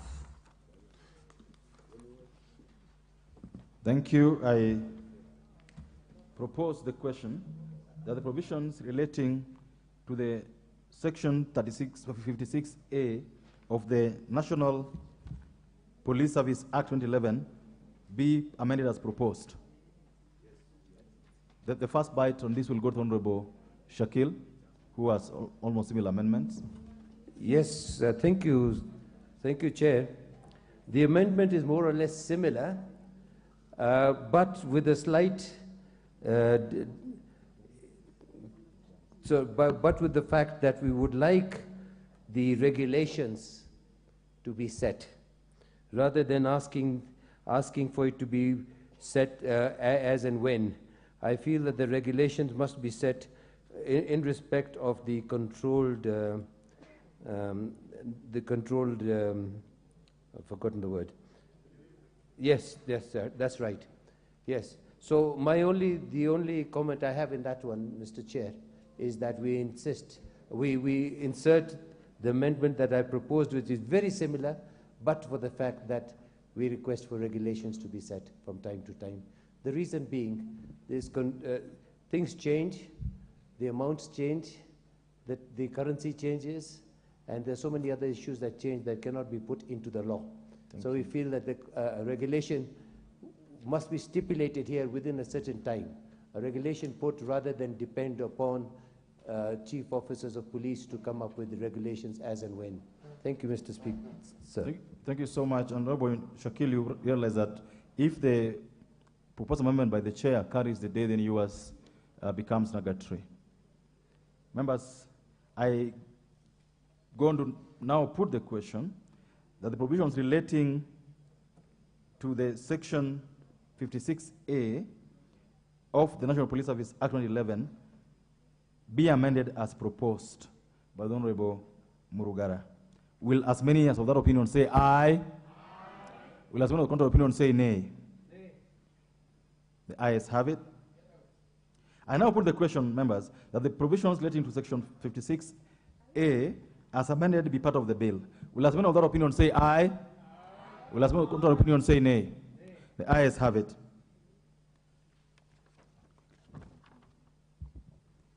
Provisions relating to the Ethics and Anti-Corruption Commission Act of 2011, number 22. Members, provisions relating to the Ethics and Corruption Commission do not have amendments, I therefore propose the question that the provisions relating to the Ethics and Anti-Corruption Commission Act of 2011, number 22 of 2011, be part of the bill. I now put the question that the provisions relating to the Ethics and Anti-Corruption Commission Act 2011 be part of the bill. Will as many of that opinion say aye? Will as many of that opinion say nay? The ayes have it. Provisions relating to the National Payment System Act of 2011, number 39. Honorable members, relating to the mutual legal assistance. My apologies. Provisions relating to the Mutual Legal Assistance Act of 2011, number 36. Honorable members, provisions relating to the Mutual Legal Assistance Act 2011 have no amendments. I therefore proceed to propose the question that the provisions relating to the Mutual Legal Assistance Act of 2011 be part of the bill. I put the question that the provisions relating to the Mutual Legal Assistance Act of 2011, Act number 36 of 2011, be part of the bill. Will as many of our opinions say aye? Will as many of the contrary opinion say nay? The ayes have it.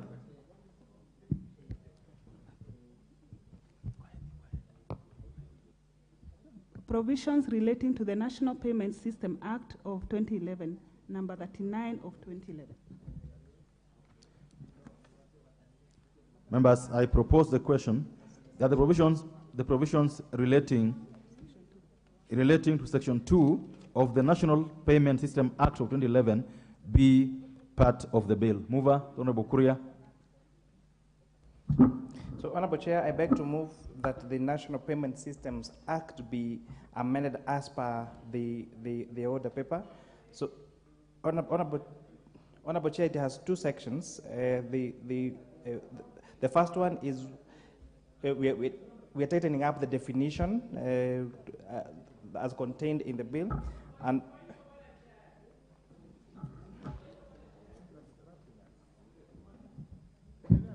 the Honorable Mili, what's out of order?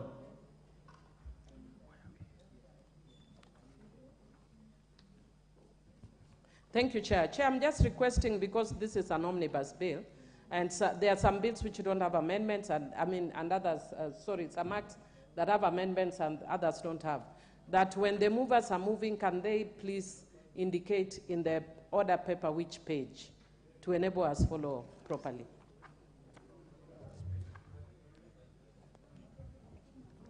Honorable Kuria. Maybe for the benefit of my good friend, we are on F on the order paper. I don't think the order paper has the pages. So we're talking about the proposed amendment to the National Payment Systems Act. That is F. But having said that, we has two parts. One is tightening up the definition, and secondly, we're just making the new proposed section 17B1. No, you're moving the first one first. Okay.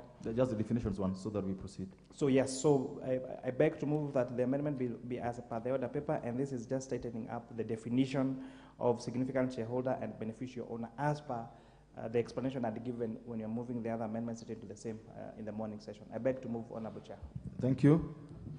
Members, this deals with the definition of beneficial owner and significant shareholder.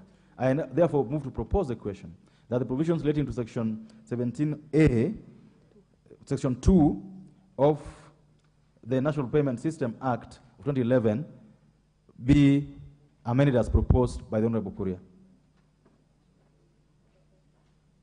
And I put the question that the provisions relating to Section 2 of the National Payment System Act 2011 be amended as proposed by the Honorable Kuria. Will as many other opinion say aye? Will as many other opinion say nay? The ayes have it. But I now propose the question that provisions relating to clauses 17A and 17B1 of the National Payment System Act be part of the bill. Honorable Kuria. Thank you, Honorable Chair. I beg to move that again Part 2 be amended as per the order paper. And Honorable Chair, this is where we are providing, we are replacing the word institution with payment service provider. So I beg to move that this amendment be done as per the order paper. Thank you. I propose the question that the provisions relating to section 17A and 17B1 be amended as proposed. I put the question that the provisions relating to section 17A. Yes, Honorable T.J. Kajwan. Honorable Millie had a point. First, now, sugar is going down. And if you're not careful, we could just run too fast. This is the 17D. And as we began in the morning, in every of these clauses in which this language appears, we were doing on standard. The problem is, Chair, if we don't express ourselves on Hansard, the person who is going to do the volume copy will not have evidence that we have spoken to it. That is why we keep on repeating ourselves. And we would wish, even if the chair does not remember, we should help him to remember. And then, he's moving it as the order paper. Now, the order paper is a very big one. So when he says so, some of us who are following and who are not in the committee, we are not able to follow him. But for now, in this one specifically, Mr. Chair, I ask that section 2A contains the words, the person's home or property may, with a warrant, be searched. Thank you. Okay, Honorable Kajwang, that's okay, but we are not there yet. I'm sure you come at the right time. We are still 17B. We and B for Baba. Baba for the kinyozi.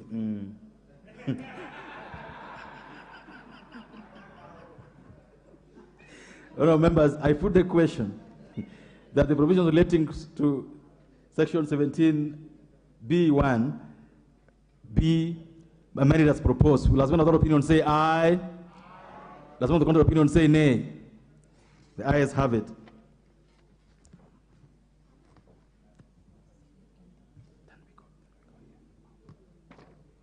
Honourable members, I propose the question that the provision relating to section 17C, 17C and 17B, immediately after proposed new section 17, be part of the bill. Honourable Kuria. Thank you, Honourable Chair. I beg to move that clause 17C and 17D be amended as per the order paper. And Honourable Chair, I would like to propose a further amendment, that's 17D. Let him D2A. Let him move first, Honourable. Let him move the amendment first. So that's a. Oh, then Honourable Kuria, 1 minute. Okay. Honourable Mili.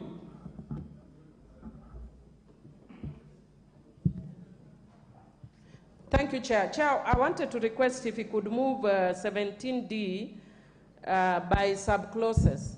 And the reason is, Chair, because if you look at D, I may have issues in respect of some sub-clauses, but not in respect of others. So when you actually move them together, 17C and 17D, it means you either accept it wholesale or not. So if with your indulgence, Chair, if we could move C wholesale, and then maybe when we come to 17D, especially, actually my main area of concern is 17D2, which is limiting rights, and there are certain issues that I'd wanted to encourage, not just the issue relating to warrants, but others that limit rights, but there are suggestions which you have because of time. Otherwise, I would have brought the amendments myself.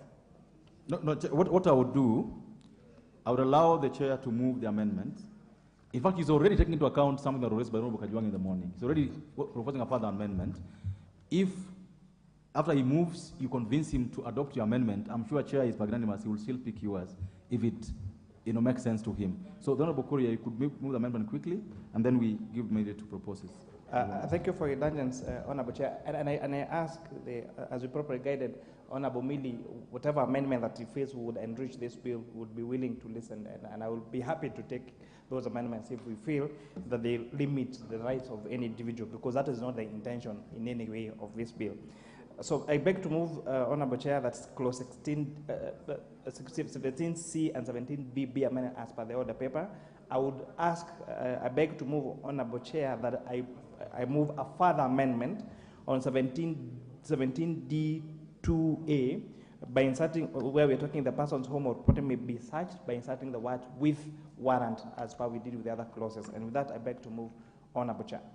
Thank you, and therefore propose the question. The provisions relating to section 17C and 17D of the National Payment System Act of 2011 be amended as proposed by Honorable Korea. Honorable Mili. Thank you, Chair. First of all, let me thank the Chair for agreeing to adopt the issue. I think he did on the issue of warrant. My concern is in 17DC, information relating to that person's financial, family, or private affairs, where required, may be revealed. Chair, my only concern is revealed to who? Like I was just actually seeing right now a news flash that Honorable Paranya has been arrested by EACC and is been found with the 13 or 14 title deeds. Chair, what is wrong with having title deeds? My issue is, even if I'm being investigated, it should be revealed to the investigating bodies, and there's very good wording throughout these proposed amendments. But why are we flashing people's private property to public? When we are even still investigation, we don't know what they relate to. So what I wanted to ask is if we could adopt an amendment, information relating to that person's financial, family, or private affairs, where required, may be revealed to the relevant authorities. Because why are we revealing? Because when you leave it that, it means we reveal it to anyone and everyone. For what purpose? Why should you? We're actually making people vulnerable, because if my property is revealed and it's revealed that I'm very rich, then the next thing I may be getting thieves attacking me. And so even when we are even where we are limiting rights, I think we are overly limiting. Yeah. I think that was my main one. The other one, the chair has actually already adopted. Okay, well, this is the guidance I want to give. I would agree with the chair. We allow, because you already moved a further amendment just now, so you can't move it further. I would request Honorable Mili to formally move that amendment, so that when we vote on this particular amendment, we vote for them wholesomely. So, Honorable Mili, if you could formally move your amendment. And this amendment, as I've heard you, is with regard to the new section 72D2C. 17D2C.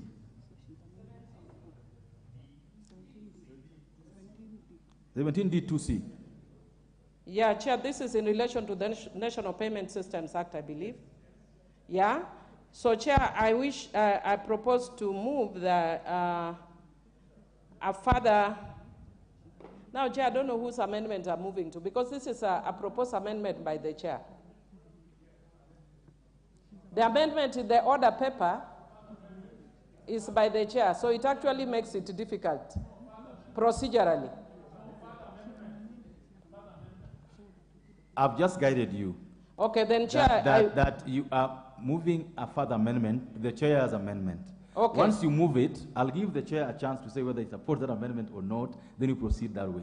Okay, Chair, propose a further amendment to Chair's proposed amendment in 17D-C, that we add the words at the end of C, so that it reads, information relating to that person's financial, family, or private affairs, where required, may be revealed to the relevant authorities. Thank you, Honorable Mili. I propose the question that Section 17D be further amended as proposed by Honorable Mili. Honorable Chair.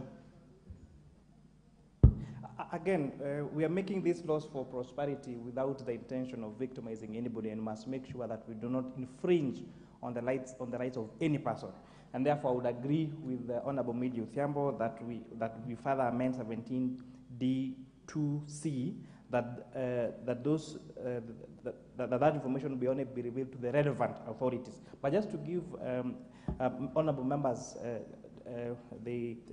just some comfort, if you read further 17D3, it says a limitation of right under subsection 1 shall apply only for the purpose of the prevention, detection, investigation, and prosecution of processes of crime, money laundering, and financing of terrorism. So you must have offended those particular provisions for you to find yourself there. But having said that, I agree with Honorable Millis Othiambo, and I urge the House to accept the amendments as proposed by myself and further amended by the Honorable Millis Othiambo.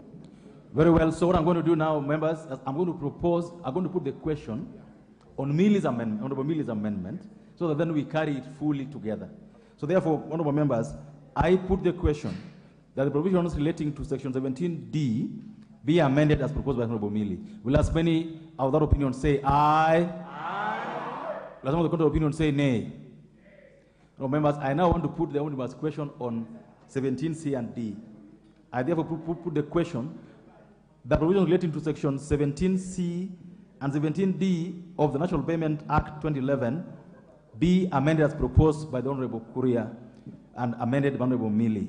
Will as many of that opinion say aye? Aye. Will as many of the opinion say nay? The ayes have it.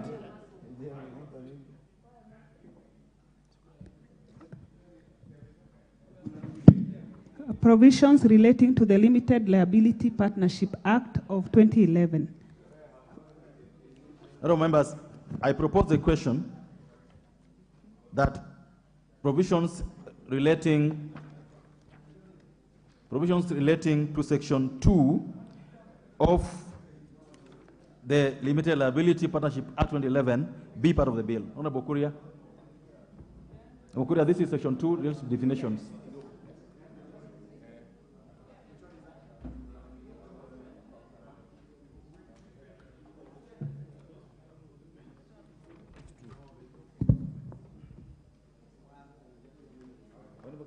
If you remember where we are, 17, where you read 17D, if you flip the page, there's G, somewhere there, G. Oh, yes. Did you see it? Yes, G. Okay. Honorable Chair, I beg to move the amendment as by the order paper on G, that in section 2 of the proposed amendment to the Limited Liability Partnerships Act, by deleting the proposed new definition, beneficiary owner, and substituting therefore the following new definition. The definition beneficiary owner has a meaning assigned to it under the Companies Act. Honorable Chair, the proposed definition under the Limited Liability Partnership Act is unnecessary repetition. And by doing the cross-referencing, the Companies Act remains as a substantive legislation on the definition for the purposes of that citation, and that I beg to move on, Honorable Chair. Very clear. I propose a question that provisions relating to section 2 of the Limited Liability Partnerships Act be amended as proposed by the Honorable Kuria. The Honorable Milli. Chair, I'm just wondering, for purposes of legislative elegance, all the other bills that we are doing, that we are proposing amendments, have actually gone this direction that the honorable member is moving away from. I'm not saying that what he's doing is wrong, it's actually right, but I'm just wondering, because perhaps we may not clean it now, but for purposes of the subsequent ones that are remaining, can we go the same way? Because we will have some referring to the Companies Act and others giving the full definitions. Perfect. But otherwise I support. Perfect. Yeah. Members, I put the question that the provisions relating to section 2 of the Limited Liability Partnerships Act be amended as proposed by Honorable Kuria. Will as many as Honorable opinion say aye? Will as many of the contrary opinion say nay? The ayes have it. Honorable members, I now put the omnibus question that the provisions relating to provisions relating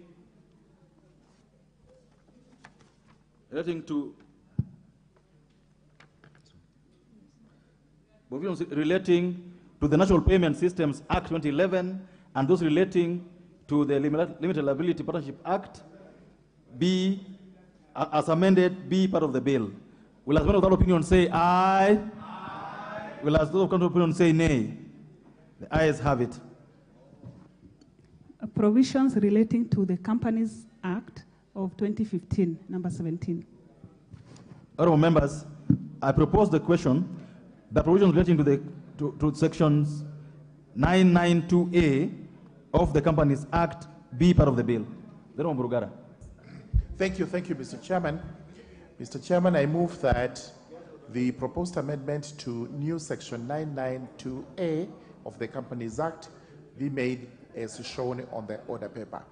The justification is twofold. Number one, to harmonize the period which a local representative of a foreign company is required to retain the records relating to the company with a period of 7 years prescribed for by local companies legislation and limited liability partnerships, also to take care of the Limitation of Actions Act. I propose the question that the provision relating to section 992A of the Companies Act be amended as proposed by Honorable Mrugara. The Honorable Shakil Shabir, you have an amendment that is similar to this. I will let you have a chance on this.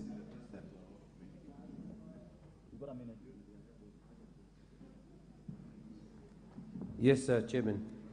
Chairman, as I said, it's similar. The only issue that I had on that was my proposal in the proposed amendment by deleting the word 6 appearing immediately after the word at least and substituting therefore with the word 7. Thank you. Thank you, sir. Members, I now put the question that the provisions relating to section 992A of the Companies Act 2015 be amended as proposed. Will as another opinion say aye?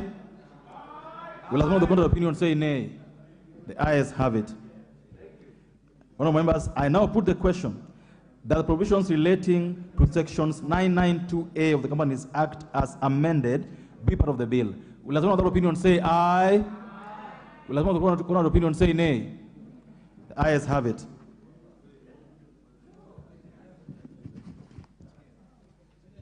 Provisions relating to the Prevention of Terrorism Act, number 12 of 2012.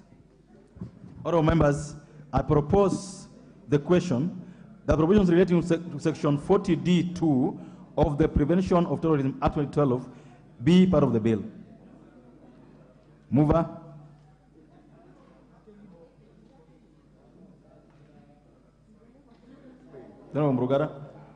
It relates to or anti-terrorism? Prevention of Terrorism Act. Thank you very much. Thank you. Mr. Chairman, I beg to move that the proposed amendment to section 40D2 as shown on the order paper of the Prevention of Terrorism Act, Act number 30 of 2012, be made as shown on the order paper. The justification is that we intend to include the Director of the National Counter-Terrorism Center as a member of the Counter-Financing of Terrorism and the Interministerial Committee. Members, I propose the question that the new section 40D2 of the Prevention of Terrorism Act be amended as proposed by Honorable Mrugara. Members, I put the question that the provisions relating to section 40D2 of the Prevention of Terrorism Act 2012 be amended as proposed by the Honorable Mrugara. Will as many other opinion say aye? Will as many of the contrary opinion say nay? The ayes have it.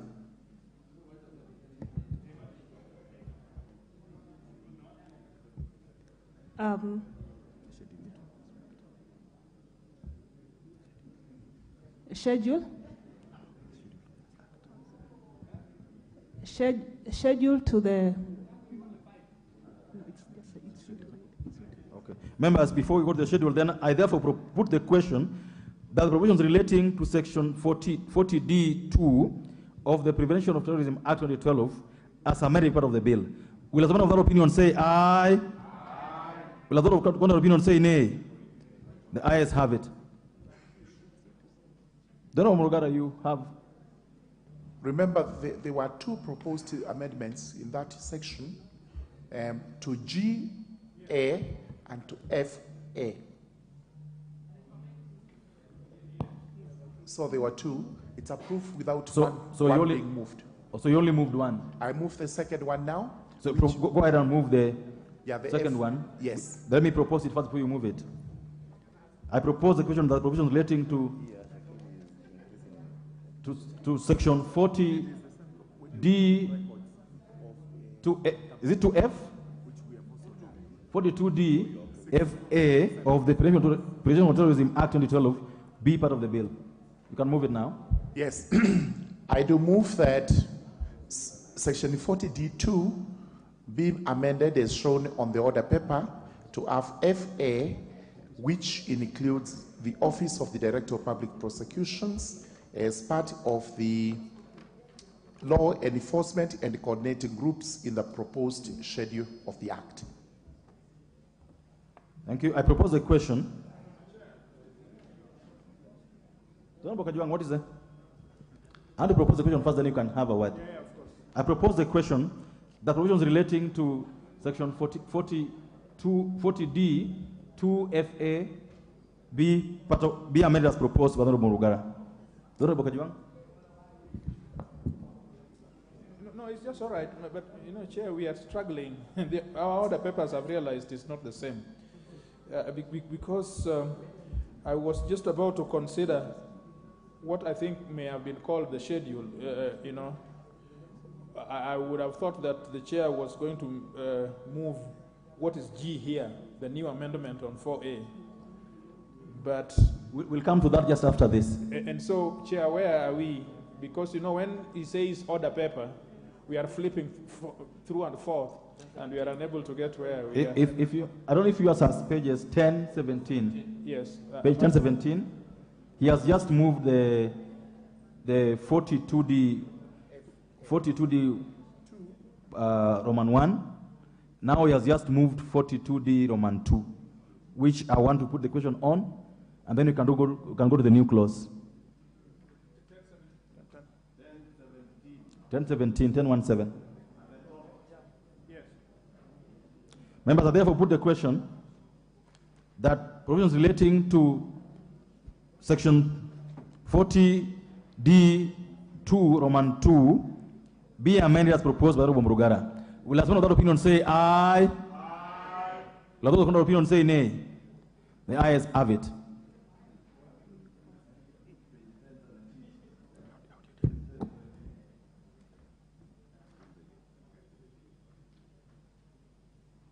All right, members, I propose the question that the provisions related to the new section 4A, the Law Society of Kenya Act 2014, be part of the bill.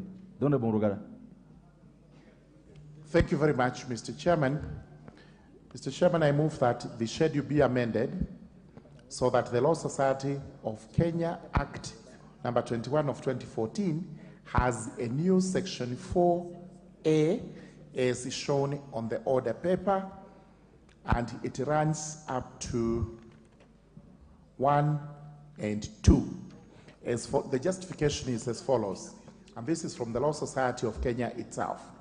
To enable the Law Society to issue enforceable guidelines for anti-money laundering and counter-terrorism financing purposes. The amendments shall come into effect 6 months from the date of the enactment, so as to allow the Law Society to do the following. Number A, sensitization of LSK members on the new requirements.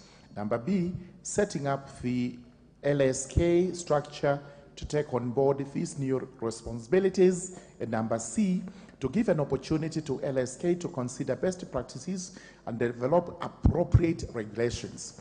The regulations are going to be developed under subsection 2, paragraph D, which is the concern Honorable Kajuang had as regards the specific regulations, guidelines, directions, and rules which apply to this particular new provision. So it is clearly covered by the proposed amendment. Thank you. Honorable Chair, before you take your seat, would you just move that amendment to be now be read a second time? Honorable Chair, I therefore move that the schedule to the bill be amended through the Law Society of Kenya Act 2014 by inserting the new section 4A as shown on the order paper, and this be read a second time. Members, I propose the question that the new section, the new section 4A, the Law Society of Kenya Act, be now read a second time. Is Honorable Millie? Thank you, Chair. Chair, I just want to request for purposes of the future that we get paginated documents, because I wanted to make a reference and seek clarity from the Chair. I don't know if it was the Advocates Act that talked about the advocate-client confidentiality and how it then relates with this provision. Because unfortunately, because of the way this is put, I don't know if I saw it here or whether I saw it in the bill, but that had the issue of advocate-client confidentiality. And then at the same time, I'm seeing this one does not protect the advocate-client confidentiality. Personally, I don't care either way. I don't practice anymore. But I just wanted to know, I don't care. So I have no conflict of interest. So I just wanted to know, within that framework, I would still want to protect other lawyers. But I just want to know, because either it was in the main bill or some proposed amendment here, so that we don't have a possibility of a clash either with the Advocates Act or between the Advocates Act and the Law Society of Kenya Act. Thank you. Thank you. Honorable T.J. Kajong. Chair, let me commend the chair of JLAC for being a truthful man.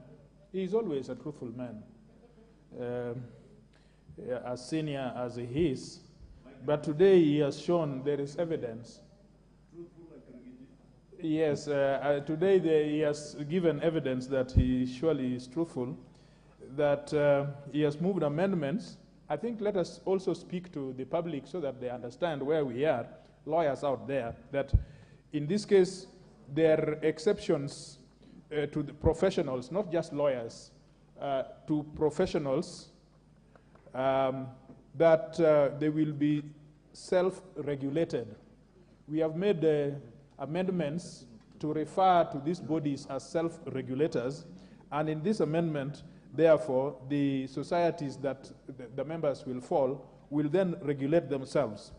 Further, the issue of self-regulations, I mean, issuing of regulations, which I see here on D, is very important because without those regulations, even LSK is unable, it would be issuing orders in futility were it not to have regulations which are supervised by this House. Because in delegated legislation, you will find that the regulations that they will produce will still come back to us so that we are able to oversight. So I want to, but Chair, having supported that, the last thing, I go back to what Honorable Millie Mabona is saying, that there was an issue about advocate-client's confidentiality, and the fact that if I tell Honorable Shakil that he is stealing, or that I warn him that this must be proceeds of crime, that does not amount to tipping off.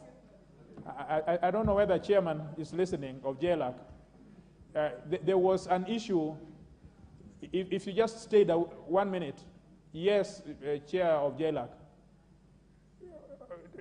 Millie and I are asking, there is a provision in which amendments were made to the fact that if I tell Honorable Shakil that he is stealing or that these proceeds are as a result of theft, that will not amount to tipping off. That is, I think, what we are asking. In what provision of law have we included it in these amendments that we have?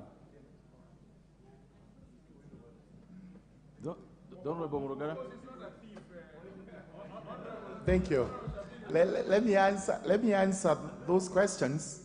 As regards the last one, if you look at the extradition, sorry, let me get tipping off. Chairman, as you look at your notes, allow Honorable Shakil 1 minute. Yes, as he does that, I'm looking at my... Chairman, thank you for allowing me to speak. Chairman, this particular issue of confidentiality caused a big problem in the last Parliament, especially towards December, in that when we went to the the something members of the United Nations, the constituent of members of the United Nations, a particular proposal had been put. And Kenya was the only one of the few countries that had been targeted, that we had not been able to satisfy the requirements. And Kenya was on the verge of being put on a grey list. However, the wisdom of Parliament and the Speaker at the time, we did pass that particular amendment or that particular clarification that Honorable Kajwang is now talking about, and what the chair of JLAC is talking about. That had saved us from Mr. Chair, I'm saying, sir, as far as the Anti-Corruption Act and the anti-corruption movement and the Council of State Parties. Honorable Shakil. Yes. 30 seconds, please.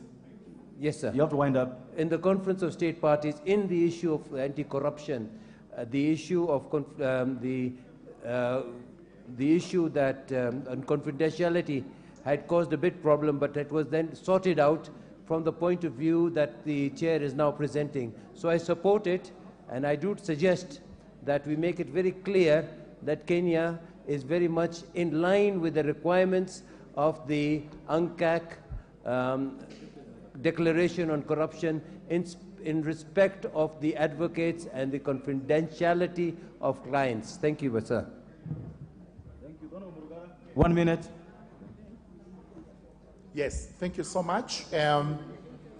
The proposed subparagraph 4 is to be Money Laundering Act number 9 of 2009, section 8, subparagraph 4, subsection 8, subsection 4, that's how it's read. Section 8, subsection 4. The one that says the act of a lawyer, notary, or other independent legal professional seeking to dissuade, telling a client not to do what is wrong, from engaging in a illegal activity does not constitute the offense of tipping off under this section. That's the one he wanted to know. As regards confidentiality, Millie, this we actually have it in the old act, but Law Society went to court and had that particular provision suspended. Now, to cure the problem, there was engagement between Law Society, the Attorney General, and the Financial Reporting Center. They are the ones who hammered this amendment to the extent that Law Society alone, not the other professional bodies, Law Society alone becomes a self-regulating body. And this is how the lawyers were able to cover themselves.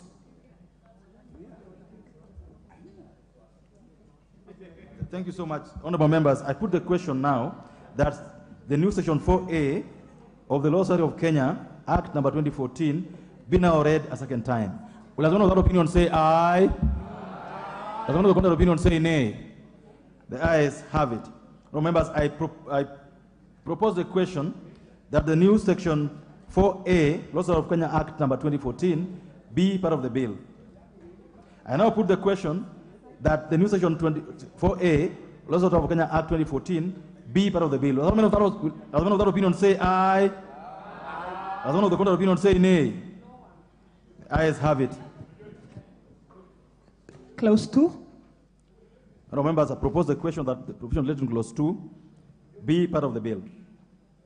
I now put the question that the provision relating to clause 2 be part of the bill. Will one of that opinion say aye? Will one of the contrary opinion say nay? The ayes have it. A title. Honorable members, I propose that the title be part of the bill. Be the title of the bill. I now put the question that the title be the title of the bill. Will another opinion say aye? Will another contrary opinion say nay? The ayes have it. Clause 1. Members, I propose the question that clause 1 be part of the bill. I now put the question that the provision relating to clause 1 be part of the bill. Will another opinion say aye? Will another contrary opinion say nay? The ayes have it. Members, I now call upon the mover of the bill to report. Majority Leader. Majority Leader.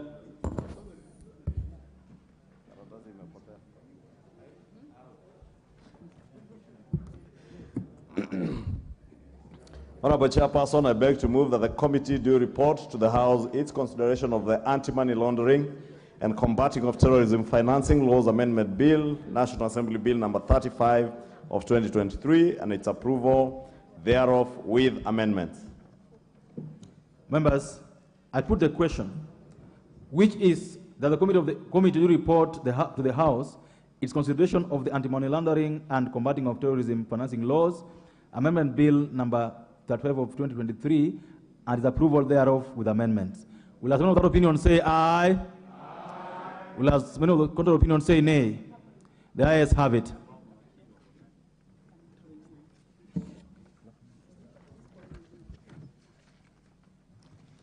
Honorable members, thank you so much. We have just finished the Anti-Money Laundering and Combating of Terrorism Financial Laws Amendment Bill.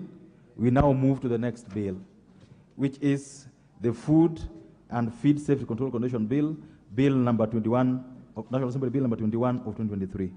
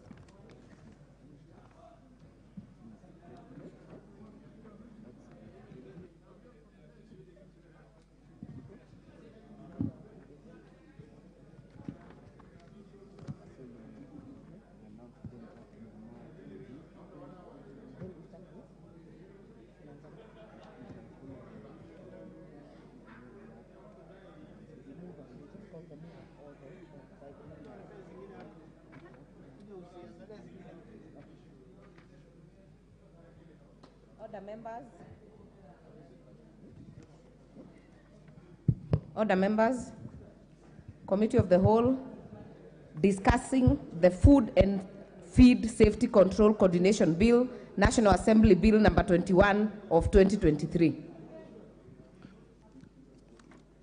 Clause 3. Honorable Karoli. No, you propose first. You propose.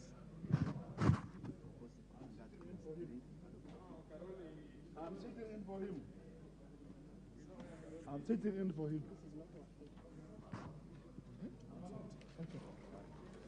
Without it with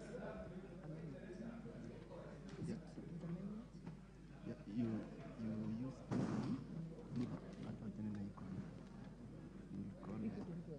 it's okay.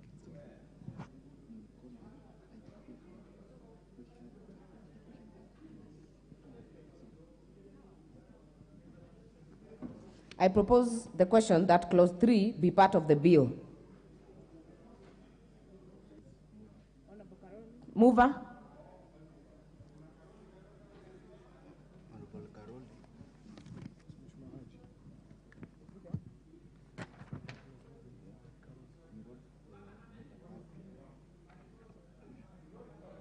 Order members, Honorable Haji Yusuf was designated in writing to move this amendment on behalf of Honorable Karoli Omondi.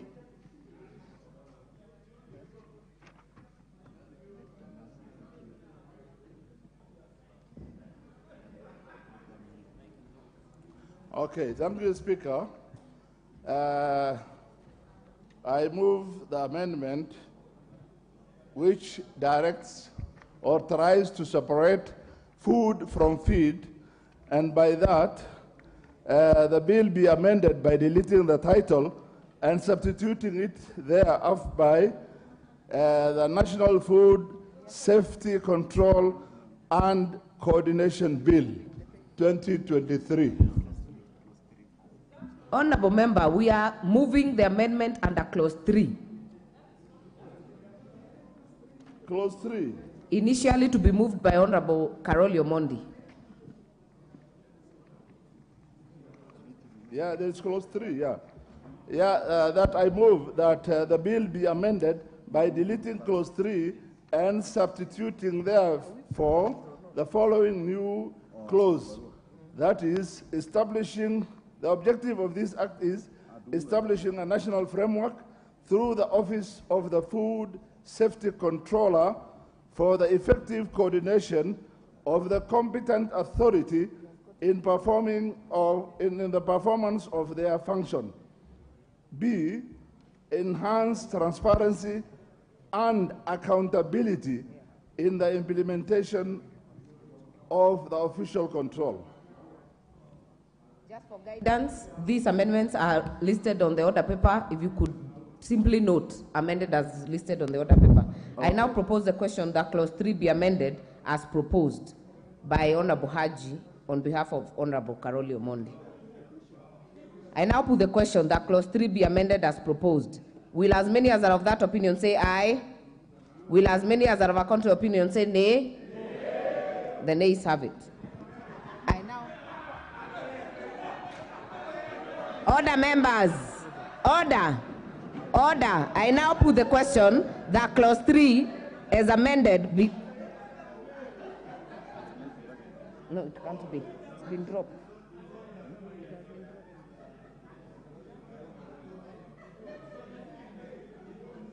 If you make it loose here, it can't be part of the bill.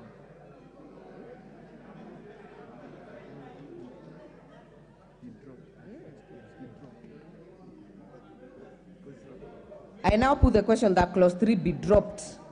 Will as many as are of that opinion say aye? Will as many as are of a contrary opinion say nay? The ayes have